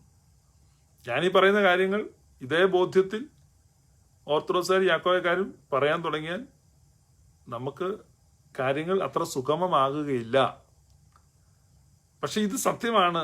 പാസ്റ്റർ തോമസ് പണിക്കർക്ക് ഇത് അല്ല എന്നത്. ഈ തോമസ് പണിക്കർ ഒരു ഐ ഗസ് അദ്ദേഹം ഒരു ഓർത്തഡോക്സുകാരനായിരുന്നു. പണിക്കർ ഫാമിലിയിൽ ഒരാളാണ്. നിങ്ങൾ സത്യവിശ്വാസികളായ ഓർത്തഡോക്സുകാർ ഈ തോമസ് പണിക്കരോട് ചോദിച്ചു എന്തിനാ പോയെന്ന്. ചുമ്മാ ചോദിക്കണം. അവരുടെ തോമസ് പണിക്കരുടെ ചാറ്റ് ബോക്സിൽ പോയിട്ട് ചോദിക്കണം, എന്തിനാ മുത്തേ നീ പെന്തക്കോസ്തിൽ പോയെന്ന് ചോദിക്കും. അപ്പൊ ഇതാണ് സംഭവം, ഇതാണ് സത്യവിശ്വാസം. ഇതിനെ ഹിസ്റ്റോറിക്കലോ ലോജിക്കലോ തിയോളജിക്കലോ ഹെർമിനൂട്ടിക്കലോ ആയിട്ട് കൗണ്ടർ ചെയ്യാൻ തോമസ് പണിക്കർക്ക് എന്തെങ്കിലും ഉണ്ടെങ്കിൽ അത് പറയുക. യാക്കോബായക്കാരും ഓർത്തഡോക്സുകാരും ഇത് പറയുന്നുണ്ടോ ഇല്ലയോ എന്നുള്ള എൻ്റെ വിഷയമല്ല. ഞാൻ സത്യവിശ്വാസമാണ് പറയുന്നത്. ഇപ്പൊ കഴിഞ്ഞ ദിവസം യാക്കോബായിലെ ഒരാള് ട്രിനിറ്റിയെ നിഷേധിച്ച് വരെ പറയുന്നത് കേട്ടു. അത് നമുക്കതിനകത്തൊന്നും ചെയ്യാനില്ല. അതിനകത്തുള്ള ആളുകൾ എന്ത് പറയുന്നു എന്നുള്ളതല്ല, സത്യം നമ്മൾ പ്രഘോഷിക്കുക. ഇതിന് നമ്മളെ എങ്ങനെയൊന്നും മേടിച്ചിട്ടൊന്നുമല്ല. സത്യവിശ്വാസം പറയുക. പിന്നെ ഈ വിശ്വാസം യാക്കോബായ സഭയുടെ പാരമ്പര്യ വിശ്വാസമാണ്, സുറിയാനി സഭയുടെ വിശ്വാസമാണ്, സത്യവിശ്വാസമാണ്. മാബൂബിലെ ഫീലക്സിനോസ് അദ്ദേഹമൊക്കെ വിശ്വസിച്ചതാണ്. ഈ വിശ്വാസം പറഞ്ഞതിന് തൻ്റെ നാക്ക് മുറിച്ചു കളഞ്ഞതാണ്. ഞാനിത് പറഞ്ഞപ്പോഴാണ് ആ പുണ്യപ്പെട്ട പിതാവിൻ്റെ ഒരു പ്രാർത്ഥനയുണ്ട്. രഹസ്യ പ്രാർത്ഥനകളുടെ ഒന്നിലാണ് മാബൂബിലെ പീലസീനോസിന്റെ ഒരു പ്രാർത്ഥന. ആ മനോഹരമായ ഒരു പ്രാർത്ഥന കൂടെ നമുക്ക് ശ്രവിക്കാം. ദൈവമേ നിനക്ക് സ്തുതി, ദൈവമേ നിനക്ക് സ്തുതി, ദൈവമേ നിനക്ക് സ്തുതി, ആദിയും അന്തവുമില്ലാത്ത നിത്യനേ നിനക്ക് സ്തുതി, സത്യത്തിന്റെ പിതാവേ നിനക്ക് സ്തുതി, സകലത്തിന്റെ സൃഷ്ടാവേ നിനക്ക് സ്തുതി. ഇത് രഹസ്യ പ്രാർത്ഥനയാണ്, പ്രൈവറ്റ് പ്രയർ. അത് മാബൂബിലെ ഫിലക്സിനോസിന്റെ രഹസ്യ പ്രാർത്ഥന. നിങ്ങൾ നോക്ക് എങ്ങനെയാ ദൈവത്തെ സ്തുതിക്കുന്നു. രഹസ്യങ്ങളെ പരിശോധിക്കുന്നവനെ നിനക്ക് സ്തുതി, തോറ്റുപോകാത്ത പരാക്രമിയും എതിർക്കപ്പെടുവാൻ പാടില്ലാത്ത ശക്തിമാനുമായവനെ നിനക്ക് സ്തുതി, അദൃശ്യന്മാരുടെ ബോധവും ദൃശ്യന്മാരെ ബോധജ്ഞാനപ്പെടുത്തുന്നവനുമായവനെ നിനക്ക് സ്തുതി. നീ സൃഷ്ടിച്ചിട്ടുള്ള വായുകളിൽ നിന്നും നീ നിർമ്മിച്ചിട്ടുള്ള നാവുകളിൽ നിന്നും നിനക്ക് സ്തുതിയും മഹത്വവും കരേറ്റുമാറാകട്ടെ. കുറ്റപ്പെടാത്ത നീതിമാനും വീണുപോകാത്ത യോദ്ധാവുമായുള്ളവനേ നിനക്ക് സ്തുതി, മരണമില്ലാത്ത ജീവനുള്ളവനും ദരിദ്രപ്പെടാത്ത ധനവാനുമായുള്ളവനേ നിനക്ക് സ്തുതി, വളരെ കൃപയോടും ധാരാളമായ കരുണയോടും കൂടിയിരിക്കുന്ന ഉത്തമനായുള്ളവേ നിനക്ക് സ്തുതി, കുറവ് വരാത്ത സമുദ്രവും ചുരുങ്ങിപ്പോകാത്ത അഗാധവുമായുള്ളവനേ നിനക്ക് സ്തുതി, നീതിയായി വിധിക്കുന്നവനും ശരിയായി പരിശോധിക്കുന്നവനുമായ നീതിമാനേ നിനക്ക് സ്തുതി, ഞെരുക്കത്തിലിരിക്കുന്നവരുടെ തുറമുഖവും വലഞ്ഞിരിക്കുന്നവരുടെ സങ്കേതവും ആയുള്ളവനേ നിനക്ക് സ്തുതി, ആദ്യം മുതലേ തന്റെ രാജ്യത്വവും തലമുറ തലമുറ വരെ തന്റെ അധികാരവും നിലനിൽക്കുന്ന രാജാവേ നിനക്ക് സ്തുതി,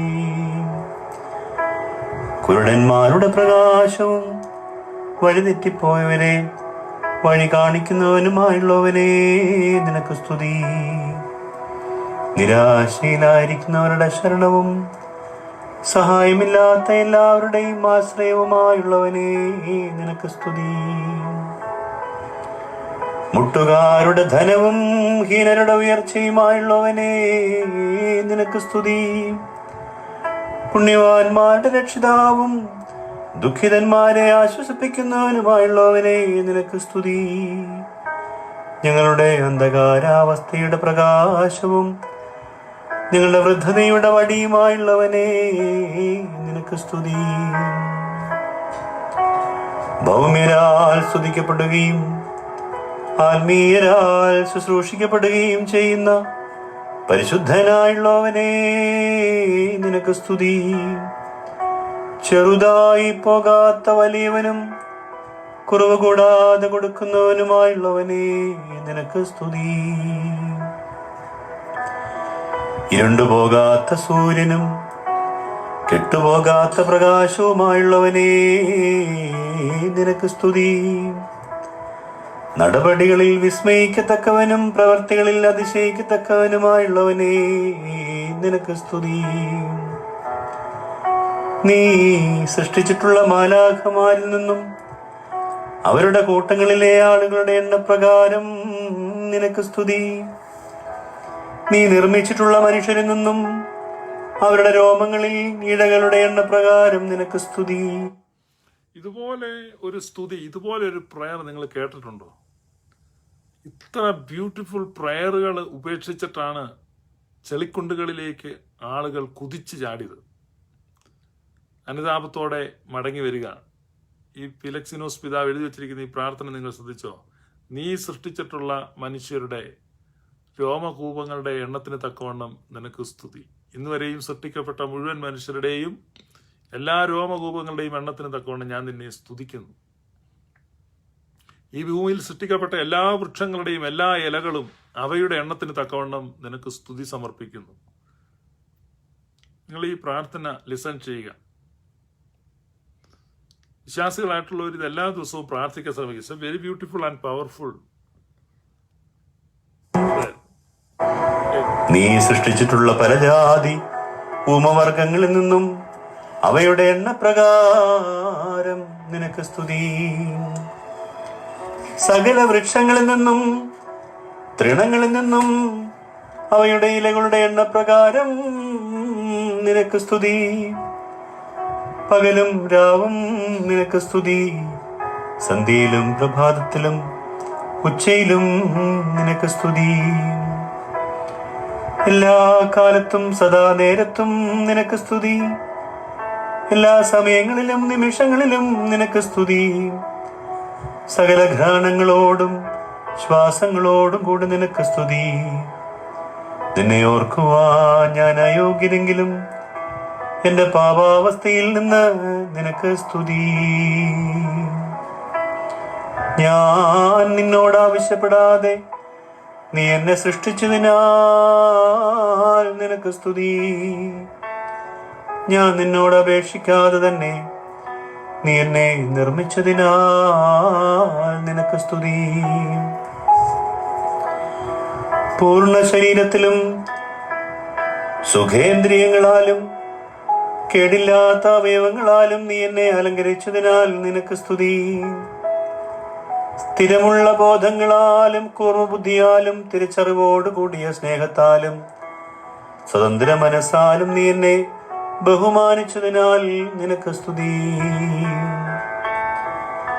ശരീരസുഖത്താലും ആത്മപരിപാലനത്താലും നീ എന്നെ ഐശ്വര്യവാനാക്കിയതിനാൽ നിനക്ക് സ്തുതി.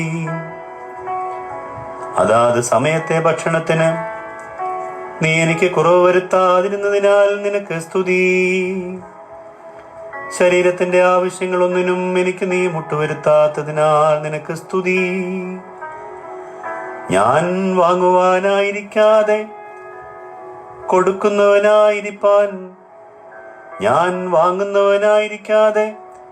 കൊടുക്കുന്നവനായിരിക്കാൻ നീ എന്നെ യോഗ്യനാക്കിയതിനാൽ നിനക്ക് സ്തുതി.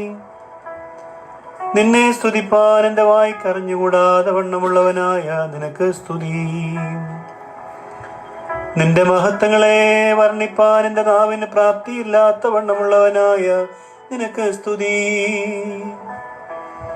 ആകാശത്തിലെ മാലാഖമാരും ഭൂമിയിലെ മനുഷ്യരും എനിക്ക് വേണ്ടി നിന്നെ സ്തുതിക്കും. നിന്നെ സ്നേഹിച്ച നീതിമാന്മാരും നിന്നെ പ്രിയപ്പെട്ട പുണ്യവാന്മാരുമായ സകലരും എനിക്ക് വേണ്ടി നിന്നെ സ്തുതിക്കും. നിന്നെ കോപിപ്പിക്കാം. ഇത് നിങ്ങൾ മനസ്സിലാക്കുക. ഈ ഓർത്തഡോക്സിയുടെ ഏറ്റവും വലിയൊരു ബ്യൂട്ടി എന്ന് പറഞ്ഞാൽ ദൃശ്യങ്ങളും അദൃശ്യങ്ങളും സകല ചരാചരങ്ങളും ജീവജന്തുക്കളും എല്ലാ പ്രകൃതി പ്രതിഭാസങ്ങളും അദൃശ്യ ലോകത്തിലെ എല്ലാ എൻറ്റിറ്റീസുമായിട്ട് ചേർന്നുള്ള വർഷിപ്പാണ്. എന്ന് പറഞ്ഞാൽ യൂണിയനാണ്. ഒന്നിൽ നിന്നും നമ്മൾ മാറുന്നില്ല. വേർപാടെന്ന് പറഞ്ഞൊരു സംഭവമില്ല. അപ്പൊ അതുകൊണ്ടാണ് ഊമജന്തുക്കളുടെ എണ്ണത്തിന് തക്കവണ്ണം അവയിൽ നിന്ന് സ്തുതി, സകല ജലപ്രവാഹങ്ങളിൽ നിന്നും നിനക്ക് സ്തുതി. തൽഗോയും ഗ്ലീദോയും അവയിൽ നിന്ന് നിനക്ക് സ്തുതി. ഇടിമിന്നലുകളും കാറ്റിൽ നിന്ന് നിനക്ക് സ്തുതി. നീ സൃഷ്ടിച്ച മേഘങ്ങളിൽ നിനക്ക് സ്തുതി. മഴയിൽ നിന്ന് നിനക്ക് സ്തുതി. പുഴയിൽ നിന്ന് നിനക്ക് സ്തുതി. സകലവും നിന്നെ സ്തുതിക്കുന്നു. അപ്പൊ ദൃശ്യവും അടുത്ത് പറയാണ്, മലാഖമാർ എനിക്ക് വേണ്ടി നിന്നെ സ്തുതിക്കുന്നു. നീതിമാന്മാർ എനിക്ക് വേണ്ടി നിന്നെ സ്തുതിക്കുന്നു. അപ്പോസ്തലന്മാർ എനിക്ക് വേണ്ടി നിന്നെ സ്തുതിക്കുന്നു. വേർപെട്ടു പോയ വിശുദ്ധന്മാർ എനിക്ക് വേണ്ടി നിന്നെ സ്തുതിക്കുന്നു. അപ്പം ദൃശ്യവും അദൃശ്യവുമായ ലോകത്തെ കണക്ട് ചെയ്തിട്ട് ഈ പ്രകൃതിയോട് കണക്ട് ചെയ്തിട്ട് പുൽനാമ്പിനെ വരെ പരാമർശിച്ച ആ പ്രാർത്ഥനയിൽ പുൽനാമ്പ് വരെ സ്തുതിക്കുന്നു. ഇതാണ് ഒരു ഹോളിസ്റ്റിക് പ്രയർ ആണ്. നിങ്ങൾ അടുത്ത് ശ്രദ്ധിക്കേ. ശിശുക്കളും നിന്റെ സന്നിധിയിൽ അക്രമം പ്രവർത്തിക്കുന്നവരായ കുട്ടികളും എനിക്ക് വേണ്ടി നിന്നെ സ്തുതിക്കും.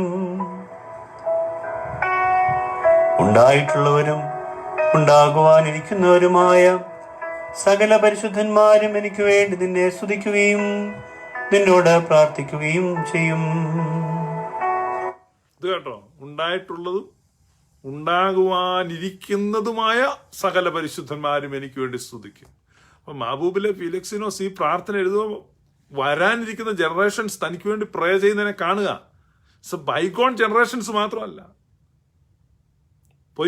പോയി മറഞ്ഞ തലമുറകൾ എനിക്ക് വേണ്ടി പ്രാർത്ഥിക്കുന്നു. അതോടൊപ്പം വരാനിരിക്കുന്ന തലമുറകളും എനിക്ക് വേണ്ടി പ്രാർത്ഥിക്കുന്നു. ഒരു ആത്മീയനെ സംബന്ധിച്ച് ടൈമിന് അവനെ തൊടുവാൻ സാധിക്കുന്നില്ല. സമയം, അപ്പൊ സമയത്തിന് അധീനമായിരിക്കുകയാണ് നമ്മൾ. അതാണ് പൗലുസ്ലിഹ റോമാലേഖനത്തിൽ പറയുന്നത്, who will deliver me, who will deliver me, who will deliver me. Because ഞാൻ ഈ മരണത്തിന് അധീനമായ ശരീരത്തിന് അകത്താണ്. മരണം എന്ന് പറഞ്ഞാൽ സമയമാണ്, നമ്മൾ കഴിഞ്ഞ ദിവസം കേട്ടു. അപ്പോൾ സമയത്തിന്റെ അധീനതയിലാണ് ഞാൻ, സമയത്തിന്റെ അധീനതയിൽ. അപ്പൊ ഈ സമയത്തിന്റെ അധീനതയിൽ നിന്ന് ആരിനെ മോചിപ്പിക്കും? സമയത്തിന്റെ അധീശനായവൻ, സൂര്യന്റെ അപ്പുറത്ത് നിന്ന് ഭൂമിയിലേക്ക് ഇറങ്ങി വന്നവൻ, one who descended from the realm beyond time. അപ്പൊ ആ ടൈമിന് മുകളിൽ നിന്ന് താഴേക്ക് വന്നവൻ. അപ്പൊ അവിടെയാണ് നമ്മൾ സമയത്തിൽ നിന്ന് മോചിതനാകുന്നത്. ഇതാണ് പൗലൂസ് പറഞ്ഞതിന്റെ അർത്ഥം. അപ്പൊ ആ സമയത്തിൽ നിന്നും മോചിതനായ ആ ഒരു സ്റ്റേറ്റിൽ നിന്നാണ് ഫിലക്സിനോസ് ഇത് പ്രാർത്ഥിക്കുന്നത്. ഫിലക്സിനോസ് പറയാ, വരാനിരിക്കുന്നവർ എനിക്ക് വേണ്ടി പ്രാർത്ഥിക്കും. എത്ര ബ്യൂട്ടിഫുൾ ആണെന്ന് നിങ്ങൾ നോക്കുക. അപ്പൊ ഈ ഒരു അണ്ടർസ്റ്റാൻഡിംഗ് ആണ് നമുക്ക് വേണ്ടത്. അല്ല ഇത് കേട്ട് നമ്മൾ പെന്റക്കോസ്റ്റൽ ഹെരസിയിൽ പോകരുത്. ഉണ്ടായിട്ടുള്ളവരും ഉണ്ടാകുവാനിരിക്കുന്നവരുമായ സകല പരിശുദ്ധന്മാരും എനിക്ക് വേണ്ടി നിന്നെ സ്തുതിക്കുകയും നിന്നോട് പ്രാർത്ഥിക്കുകയും ചെയ്യും. ദൈവമാതാവായ മറിയാം എനിക്ക് വേണ്ടി നിന്നോട് അപേക്ഷിക്കും. അവളുടെ ബഹുമാനത്തിനായിട്ട് നിന്നെ സ്തുതിപ്പാൻ എന്നെ യോഗ്യനാക്കണമേ. മനസ്സു തിരിഞ്ഞിട്ടുള്ള സകല അനുതാപികളും പാപം ചെയ്യാതിരുന്നിട്ടുള്ള സകല വിരക്തരും എനിക്ക് വേണ്ടി നിന്നോട് അപേക്ഷിക്കും. സന്യാസ മഠങ്ങളിലിരിക്കുന്ന ഈ ഹീതായക്കാരും പർവ്വതങ്ങളിലിരിക്കുന്ന ആബീരന്മാരും എനിക്ക് വേണ്ടി നിന്നോട് അപേക്ഷിക്കും. പാറകളുടെ വിള്ളലുകളിലിരിക്കുന്ന സന്യാസിമാരും ഗുഹകളിലിരിക്കുന്ന താപസന്മാരും എനിക്ക് വേണ്ടി നിന്നോട് അപേക്ഷിക്കും. എന്റെ കർത്താവേ, ഇവരെല്ലാവരും എനിക്ക് വേണ്ടി നിന്നോട് അപേക്ഷിക്കുന്നത് കൊണ്ട് നീ എന്നോട് ദയവ് ചെയ്ത്. നിങ്ങൾ ഈ പ്രാർത്ഥന ഫിലക്സിനോസ് എപ്പോഴാണ് എഴുതുന്നറിയോ? കൽക്കീനിയൻ സുന്നോദോസ് കഴിഞ്ഞ് സുറിയാനി ക്രിസ്ത്യാനികളെ പീഡിപ്പിക്കുകയാണ്, മിയാഫൈസിറ്റിസം വിശ്വസിക്കുന്നവരെ. യേശുക്രിസ്തുവിൽ ദൈവത്വവും മനുഷ്യത്വവും സമഞ്ജസമായി സമ്മേളിക്കുന്നു എന്ന് അത്താനാസിയോസ് ബാവ പഠിപ്പിച്ച സത്യവിശ്വാസത്തെ മുറുകെ പിടിച്ചു. ആ വിശ്വാസത്തെ, നെസ്തോറിന്റെ വിശ്വാസത്തെ തിരസ്കരിച്ചുകൊണ്ട് അലക്സാണ്ട്രിയയിലെ സിറിലിന്റെ നേതൃത്വത്തിൽ നടന്ന എഫേസോസ് സുന്നോദോസിൽ ഉറപ്പിച്ചു. അപ്പൊ എഫേസോസ് സുന്നോദോസിൽ ഉറപ്പിച്ച സത്യവിശ്വാസത്തെ മറിയം സംശയം കൂടാതെ ദൈവമാതാവെന്ന് പറയുന്ന സുറിയാനി സഭയുടെ ആ വിശ്വാസത്തെ ഉറച്ചു പിടിച്ചതിന് സീനോ ചക്രവർത്തിയുടെ കാലഘട്ടത്തിൽ പീഡിപ്പിക്കപ്പെട്ട വിശുദ്ധ പിതാവാണ് ഫിലക്സിനോസ്. അപ്പൊ ആ കാലഘട്ടത്തിൽ തന്റെ ശത്രുക്കൾ തനിക്ക് ചുറ്റും എതിർക്കുകയും വലിയ വെല്ലുവിളികൾ താൻ നേരിടുകയും ചെയ്യുമ്പോൾ താൻ പറയുകയാണ്, എനിക്ക് വേണ്ടി പ്രാർത്ഥിക്കാരാണ്? പർവ്വതങ്ങളിൽ ഇരിക്കുന്ന വിശുദ്ധന്മാർ, താപസന്മാർ, പാറകളുടെ വിള്ളലുകളിൽ ഇരുന്ന് പ്രാർത്ഥിക്കുന്ന എനിക്ക് വേണ്ടി പ്രാർത്ഥിക്കും. സന്യാസ മഠങ്ങളിലിരിക്കുന്ന ഈഹിതായക്കാർ എനിക്ക് വേണ്ടി പ്രാർത്ഥിക്കും, ദയറാകളിലുള്ളവർ എനിക്ക് വേണ്ടി പ്രാർത്ഥിക്കും. തനിക്ക് വേണ്ടി പ്രാർത്ഥിക്കുന്നവർ ആരൊക്കെയാണെന്ന് പറയുകയാണ്. അപ്പം അത്രമാത്രം ഒരു വലിയ പ്രയർ ചെയിൻ്റെ അകത്താണ് താൻ നിൽക്കുന്നത്. ദൈവമാതാവായ വിശുദ്ധ കന്യകമറിയാം എനിക്ക് വേണ്ടി പ്രാർത്ഥിക്കും. അപ്പം ഇതൊക്കെയാണ് ഒരു confidence of A true believer. അല്ലാതെ കോട്ടയത്ത് തങ്കു ബ്രദർ എനിക്ക് വേണ്ടി പ്രാർത്ഥിക്കും, ദിനകരൻ്റെ മോൻ എനിക്ക് വേണ്ടി പ്രാർത്ഥിക്കും, കൊട്ടാരക്കരയിൽ ടിനു എനിക്ക് വേണ്ടി പ്രാർത്ഥിക്കും, അങ്ങനെ നടക്കുന്ന ഒരുപാട് ഓർത്തഡോക്സുകാരുണ്ട്. എനിക്കറിയാം, ഇന്നലെ എന്നെ കുറേ പേര് വിളിച്ചായിരുന്നു ഓർത്തഡോക്സുകാർ. It's very good. പക്ഷെ ഒരു സത്യവിശ്വാസിയെ സംബന്ധിച്ച് അവരുടെ ഒന്നും പ്രാർത്ഥനയിലല്ല അവൻ നമ്പുന്നത്. നോക്ക്, ഫീലക്സീനസ് പറയുകയാണ് ആരൊക്കെയാ പ്രാർത്ഥിക്കുന്നത്. എനിക്ക് വേണ്ടി നിന്നോട് അപേക്ഷിക്കും. പാറകളുടെ വിള്ളലുകളിൽ ഇരിക്കുന്ന സന്യാസിമാരും ഗുഹകളിലിരിക്കുന്ന താപസന്മാരും എനിക്ക് വേണ്ടി നിന്നോട് അപേക്ഷിക്കും. എന്റെ കർത്താവേ, ഇവരെല്ലാവരും എനിക്ക് വേണ്ടി നിന്നോട് അപേക്ഷിക്കുന്നത് കൊണ്ട് നീ എന്നോട് ദയവ് ചെയ്ത് എന്റെ പാപക്കറകളെ കഴുകിക്കളയുകയും എന്റെ കുറ്റങ്ങളെ മോചിക്കുകയും എന്റെ പാപങ്ങളെ പരിഹരിക്കുകയും ചെയ്യണമേ. ശപിക്കപ്പെട്ട പിശാചുക്കളുടെ യുദ്ധത്തിൽ നിന്നും ദുഷ്ടമനുഷ്യരുടെ ദുഷ്ടതയിൽ നിന്നും അശുദ്ധമായ വികാരങ്ങളിൽ നിന്നും നിന്ദ്യമായ ആലോചനകളിൽ നിന്നും അശുദ്ധാമോഹങ്ങളിൽ നിന്നും സാത്താനു ചേരുന്ന ഓർമ്മകളിൽ നിന്നും ഒളിച്ചു വെച്ചിരിക്കുന്ന കെണികളിൽ നിന്നും വ്യർത്ഥ സ്വപ്നത്തിൽ നിന്നും വ്യർത്ഥവും നിഷ്പ്രയോജനവുമായ സംസാരത്തിൽ നിന്നും വക്രതയുള്ള ഊടുവഴികളിൽ നിന്നും ശിക്ഷാകരമായ മാർഗങ്ങളിൽ നിന്നും പാപവിരുദ്ധതകളിൽ നിന്നും ദുർനടപ്പുകളിൽ നിന്നും ദുഷ്ടസംസർഗത്തിൽ നിന്നും ഭോഷന്മാരോടുള്ള ചേർച്ചയിൽ നിന്നും നിന്നിൽ നിന്ന് എന്നെ അകറ്റുന്നതും നിന്റെ സ്നേഹത്തിൽ നിന്ന് എന്നെ വേർതിരിക്കുന്നതുമായ സകല സംഗതികളിൽ നിന്നും എന്നെ രക്ഷിക്കണമേ. കർത്താവേ, നിന്നെ വിളിച്ചപേക്ഷിച്ചിട്ട് നീ ഉത്തരമരുളിയിട്ടുള്ളവരും നിന്നിൽ ശരണം വെച്ചിട്ട് നീ രക്ഷിച്ചിട്ടുള്ളവരുമായ എല്ലാവരുടെയും പ്രാർത്ഥന മൂലം ദുഷ്ടമനുഷ്യരിൽ നിന്നും വഞ്ചകനായ ശത്രുവിൽ നിന്നും വഞ്ചനയുള്ള നാവിൽ നിന്നും ആത്മനഷ്ടമുണ്ടാക്കുന്ന സംസാരത്തിൽ നിന്നും എന്നെ രക്ഷിക്കണമേ. വിഷമകരമായ നിർബന്ധങ്ങളിൽ നിന്നും സങ്കടകരമായ സംഭവങ്ങളിൽ നിന്നും നീ എന്നെ ഒഴിക്കണമേ. ലൗകിക പരീക്ഷകളിൽ നിന്നും മനുഷ്യവഞ്ചനയിൽ നിന്നും നിരാശയിൽ നിന്നും ആത്മാവിന്റെ അന്ധകാരത്തിൽ നിന്നും വിചാരത്തിന്റെ കൂരിരുട്ടിൽ നിന്നും ആലോചനയുടെ അനിഷ്ടതയിൽ നിന്നും എന്റെ ശക്തിക്കപ്പുറമായ സകല ശിക്ഷകളിൽ നിന്നും എന്നെ നീ രക്ഷിക്കണമേ. എന്റെ കർത്താവേ, മഹാകാരുണ്യവാനായ നിന്റെ തൃക്കൈകളാലല്ലാതെ ദുഷ്ടന്മാരുടെ കൈകളാലും മത്സരക്കാരായ പിശാചുക്കളുടെ കൈകളാലും എന്റെ ശിക്ഷ നടത്തരുതേ.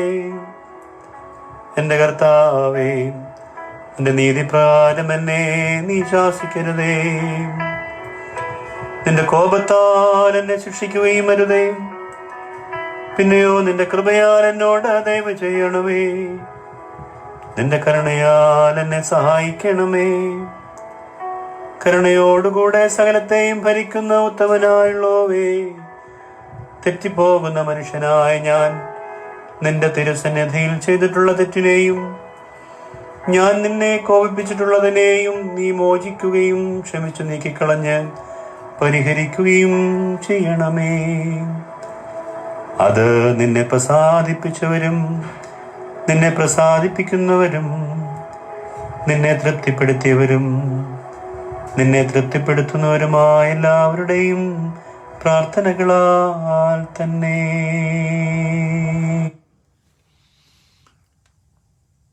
ഇതാണ് നമ്മൾ കേൾക്കുന്ന പ്രാർത്ഥന.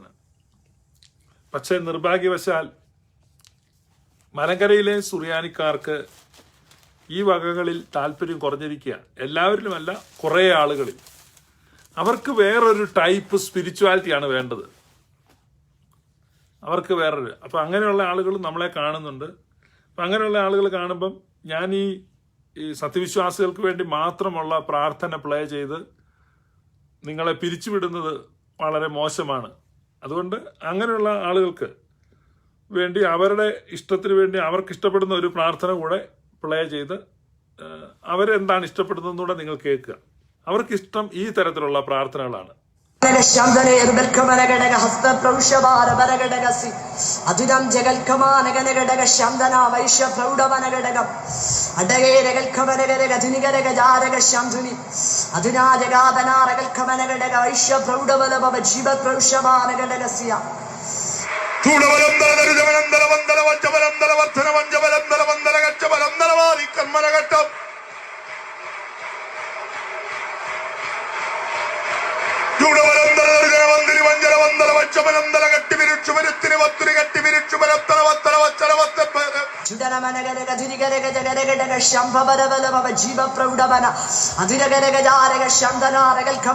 ദൈവപ്രവൃത്തി വെളിപ്പെട പ്രിയ സാജന്യത്തിന് വേണ്ടി പ്രാർത്ഥിക്കുക. ദൈവശക്തി എങ്ങളുടെ ദാസങ്ങൾ വെളിപ്പെടട്ട. ദൈവപ്രവൃത്തി വെളിപ്പെടട്ട. ഇന്ന് രാത്രികാലം കർത്താവ് എങ്ങളുടെ ദാസന്റെ ജോലി മേഖലകളിൽ അനുഭവിക്കുന്ന പ്രതികൂലത്തിന്റെ അനുഭവങ്ങൾ വഴിമാറേണ്ടതിന്, ദൈവത്തിന്റെ മഹത്വം വ്യക്തമായി വെളിപ്പെടേണ്ടതിന്, തടസ്സങ്ങൾ അഴിയപ്പെടേണ്ടതിന്, പ്രിയദാസി അനുഭവിക്കുന്ന ശാരീരിക ക്ലേശങ്ങൾ വഴിമാറേണ്ടതിന്, ദൈവത്തിന്റെ അത്ഭുതങ്ങളുടെ ദാസിയുടനെ സംഭവിക്കപ്പെടേണ്ടതിന് ദുരാ ജഗ ജഗനഘടക ശാന്തന അർത്ഥുമേ റിബർഖമാനഗനഘടക സാന്തുനി അതുനേ രഗ ജഗനഘടക ശാന്തന റിബർഖവനഘടക. ഇന്ന് രാത്രികാല ദൈവത്തിന്റെ വിടുതലുകൾ ചില കുടുംബങ്ങളിൽ സംഭവിക്കുന്നു. ഓ, നിങ്ങളായിരിക്കുന്ന മേഖലയിൽ ദൈവശക്തി വെളിപ്പെടുന്നു, ദൈവപ്രവൃത്തി വെളിപ്പെടുന്നു. പ്രിയ രജനി പി രാജ അതേ പ്രീസ് ഇങ്ങനെ പറഞ്ഞിട്ടുണ്ട്, പ്രിയ സിസ്റ്റർക്ക് വേണ്ടി പ്രാർത്ഥിക്കാൻ ഈ ലൈവ് കാണുന്നുണ്ട്. പ്രിയ സിസ്റ്ററെ ഓർത്തുകൊണ്ട് പ്രാർത്ഥിക്കാൻ ഞാൻ ആഗ്രഹിക്കുന്നു.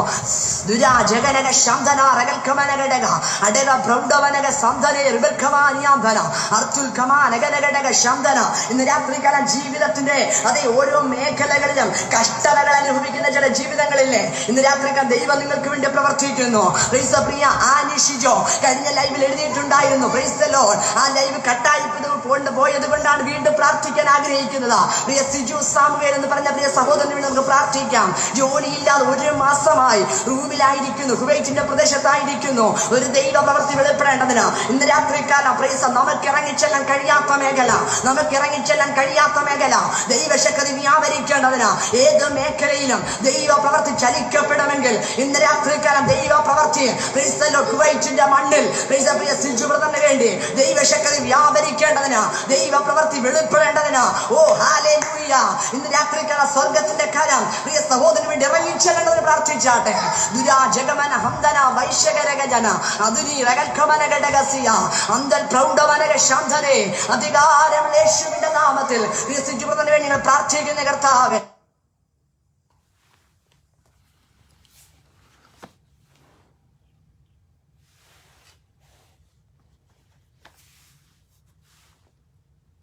ഇത്തരത്തിലുള്ള പ്രാർത്ഥനകൾ ഇഷ്ടപ്പെടുന്നതുകൊണ്ടാണ് സുറിയാനി സഭയുടെ പ്രാർത്ഥനകളെ ഉപേക്ഷിച്ചിട്ട് ആളുകൾ പോകുന്നത്. പക്ഷെ ഇതിൻ്റെ ദയനീയമായ ചിത്രം ഈ സുറിയാനി സഭയിൽ നിന്നുകൊണ്ട് ഇത്തരത്തിലുള്ള പ്രാർത്ഥനകൾ അവിടെ അവതരിപ്പിക്കുന്ന ആളുകളുണ്ട്. ഞാൻ ഈ പ്രാർത്ഥന തെറ്റാണെന്നോ അത് കുറവുള്ളതാണെന്നൊന്നും പറയത്തില്ല. It's a Pentecostal way of praying. അതിൽ തെറ്റില്ല. അത് ഓരോ രീതിയാണ്. ഇപ്പം നമ്മൾ സാമ്പാർ വെക്കുന്ന പോലെ അല്ലല്ലോ ചില്ലി ചിക്കൻ വെക്കുന്നത്. ഓരോന്നിനും ഓരോ രീതിയുണ്ട്. അപ്പം ഇത് പെന്റക്കോസ്റ്റൽ പ്രെയർ ആണ്. പക്ഷെ അത് പെന്റക്കോസ്റ്റൽ പ്രെയർ ആണെങ്കിൽ പെന്റക്കോസ്റ്റിലേക്ക് പോവുക, പെന്റക്കോസ്റ്റിലാണ് അത് സംഭവിക്കുന്നത്. പക്ഷെ ഈ സംഗതി നമുക്ക് ഇവിടെ ഇപ്പം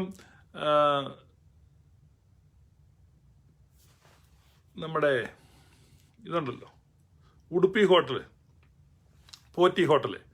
ഉടുപ്പി ഹോട്ടലിൽ കയറിയിട്ട് നിങ്ങൾ പത്തിരിയും കോഴിയിറച്ചി ചോദിക്കുക. അപ്പോൾ അവർ അവിടെ പത്തിരിയും കോഴിയിറച്ചി ഇല്ല.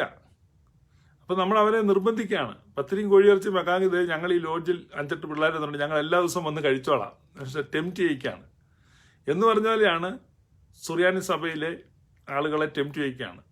അച്ഛന്മാർക്കൊക്കെ പ്രഷറുണ്ട്, നമ്മൾ ഇങ്ങനെ വേണം, ഇതുപോലത്തെ പ്രാർത്ഥനകൾ വെക്കണം. കാരണം നമ്മളിനി മുരിങ്ങയ്ക്കായും അവിയലും ഒന്നും ഉണ്ടാക്കിയിട്ട് കാര്യമില്ല. നമുക്ക് കോഴിയും പോത്തും ഒക്കെ ഉണ്ടാക്കണം എന്നാ പറയുന്നത്. അപ്പം ഇത് വ്യത്യാസമുണ്ട്, അത് മനസ്സിലാക്കുക. നമ്മൾ ഈ പെട്രോൾ കാറാണ്, അത് സാരമില്ല, നമുക്ക് കുറേ ഡീസൽ ഒഴിച്ച് ഓടിക്കാം എന്നൊക്കെ പറയുന്ന രീതിയിൽ അത്രയും വ്യത്യാസമുണ്ടെന്ന് നിങ്ങൾ മനസ്സിലാക്കുക. അതുകൊണ്ട് സത്യവിശ്വാസത്തിന് നേരെയുള്ള കടന്നുകയറ്റം അത് എത്രമാത്രം അപകടകരത്തിലായിരിക്കുന്നു എന്നുള്ളത് ബോധ്യപ്പെടുത്താനാണ് ഞാനിതൊക്കെ പറഞ്ഞത്. ഈ പ്രാർത്ഥന, ഈ ലിറ്റർജി, ഓർത്തഡോക്സ് ലിറ്റർജി, അത് ഏറ്റവും ശ്രേഷ്ഠമാണ്. ഞാൻ ക്ലോസ് ചെയ്യുന്നതിന് മുമ്പ് ഞാൻ ഒരു കാര്യവും കൂടെ നിങ്ങളെ ഓർമ്മിപ്പിക്കുകയാണ്. ഈ വേൾഡിലുള്ള എല്ലാ ക്രിസ്ത്യൻ ഡിനോമിനേഷൻസിൻ്റെയും എല്ലാ ക്രിസ്തീയ സഭാവിഭാഗങ്ങളുടെയും, ഡിനോമിനേഷൻസ് എന്ന് പറഞ്ഞാൽ പ്രൊട്ടസ്റ്റന്റ് ആണ് ഡിനോമിനേഷൻ എന്ന് പറയുന്നത്. ഓർത്തഡോക്സ് ഒന്നും ഡിനോമിനേഷൻ അല്ല, that is church. Church and denominations എന്നാണ് പറയുന്നത്. എന്ന് പറഞ്ഞാൽ നോട്ടും ചില്ലറയും. കത്തോലിക്ക, ഓർത്തഡോക്സ് അതൊക്കെ നോട്ടാണ്. ഡിനോമിനേഷൻ എന്ന് പറഞ്ഞാൽ ചില്ലറ എന്നാണ്. അപ്പം ഇത് നോട്ടുകളാണ്. ചില ആളുകൾ ഇതിനെ ചില്ലറയാണെന്ന് ചിന്തിക്കും, അത് ചില്ലറയല്ല. നോട്ടുകളും ചില്ലറകളുമാണ്. നോട്ട് മാറുന്നതാണ് ചില്ലറ. ചില്ലറ എല്ലാം കൂടെ കൂട്ടി വെച്ചാൽ നോട്ടായിട്ട് മാറാം, എന്ന് പറഞ്ഞാൽ തിരിച്ചു വരാൻ പറ്റും. You can unite back. അപ്പോൾ അതാണ് ഡിനോമിനേഷൻസ്. ഓക്കെ, പൂർണ്ണസംഖ്യയും ഭിന്നസംഖ്യ ഉണ്ടല്ലോ, അതാണ് ഡിനോമിനേഷൻസ്. ഈ ഡിനോമിനേഷൻ, എല്ലാ ഡിനോമിനേഷൻസിനും അതിന് ലിറ്റർജി ഉള്ളത് വളരെ വിരളമാണ്. ലിറ്റർജി ഉള്ള സകല ചർച്ചുകളുടെയും മുഴുവൻ ലിറ്റർജിയും ഞാൻ പരിശോധിച്ചിട്ടുണ്ട്. എന്നിട്ടാണ് പറയുന്നത്, ആ ഒരു കോൺഫിഡൻസിലാണ് പറയുന്നത്, സുറിയാനി സഭയുടെ ലിറ്റർജി പോലെ ഒരു ലിറ്റർജി ഇല്ല. അത് കിട്ടിയ നിങ്ങൾ അതിഭാഗ്യശാലികളാണ്. So preserve it, keep it with you, use it, make benefit from it. May God bless you. Thank you.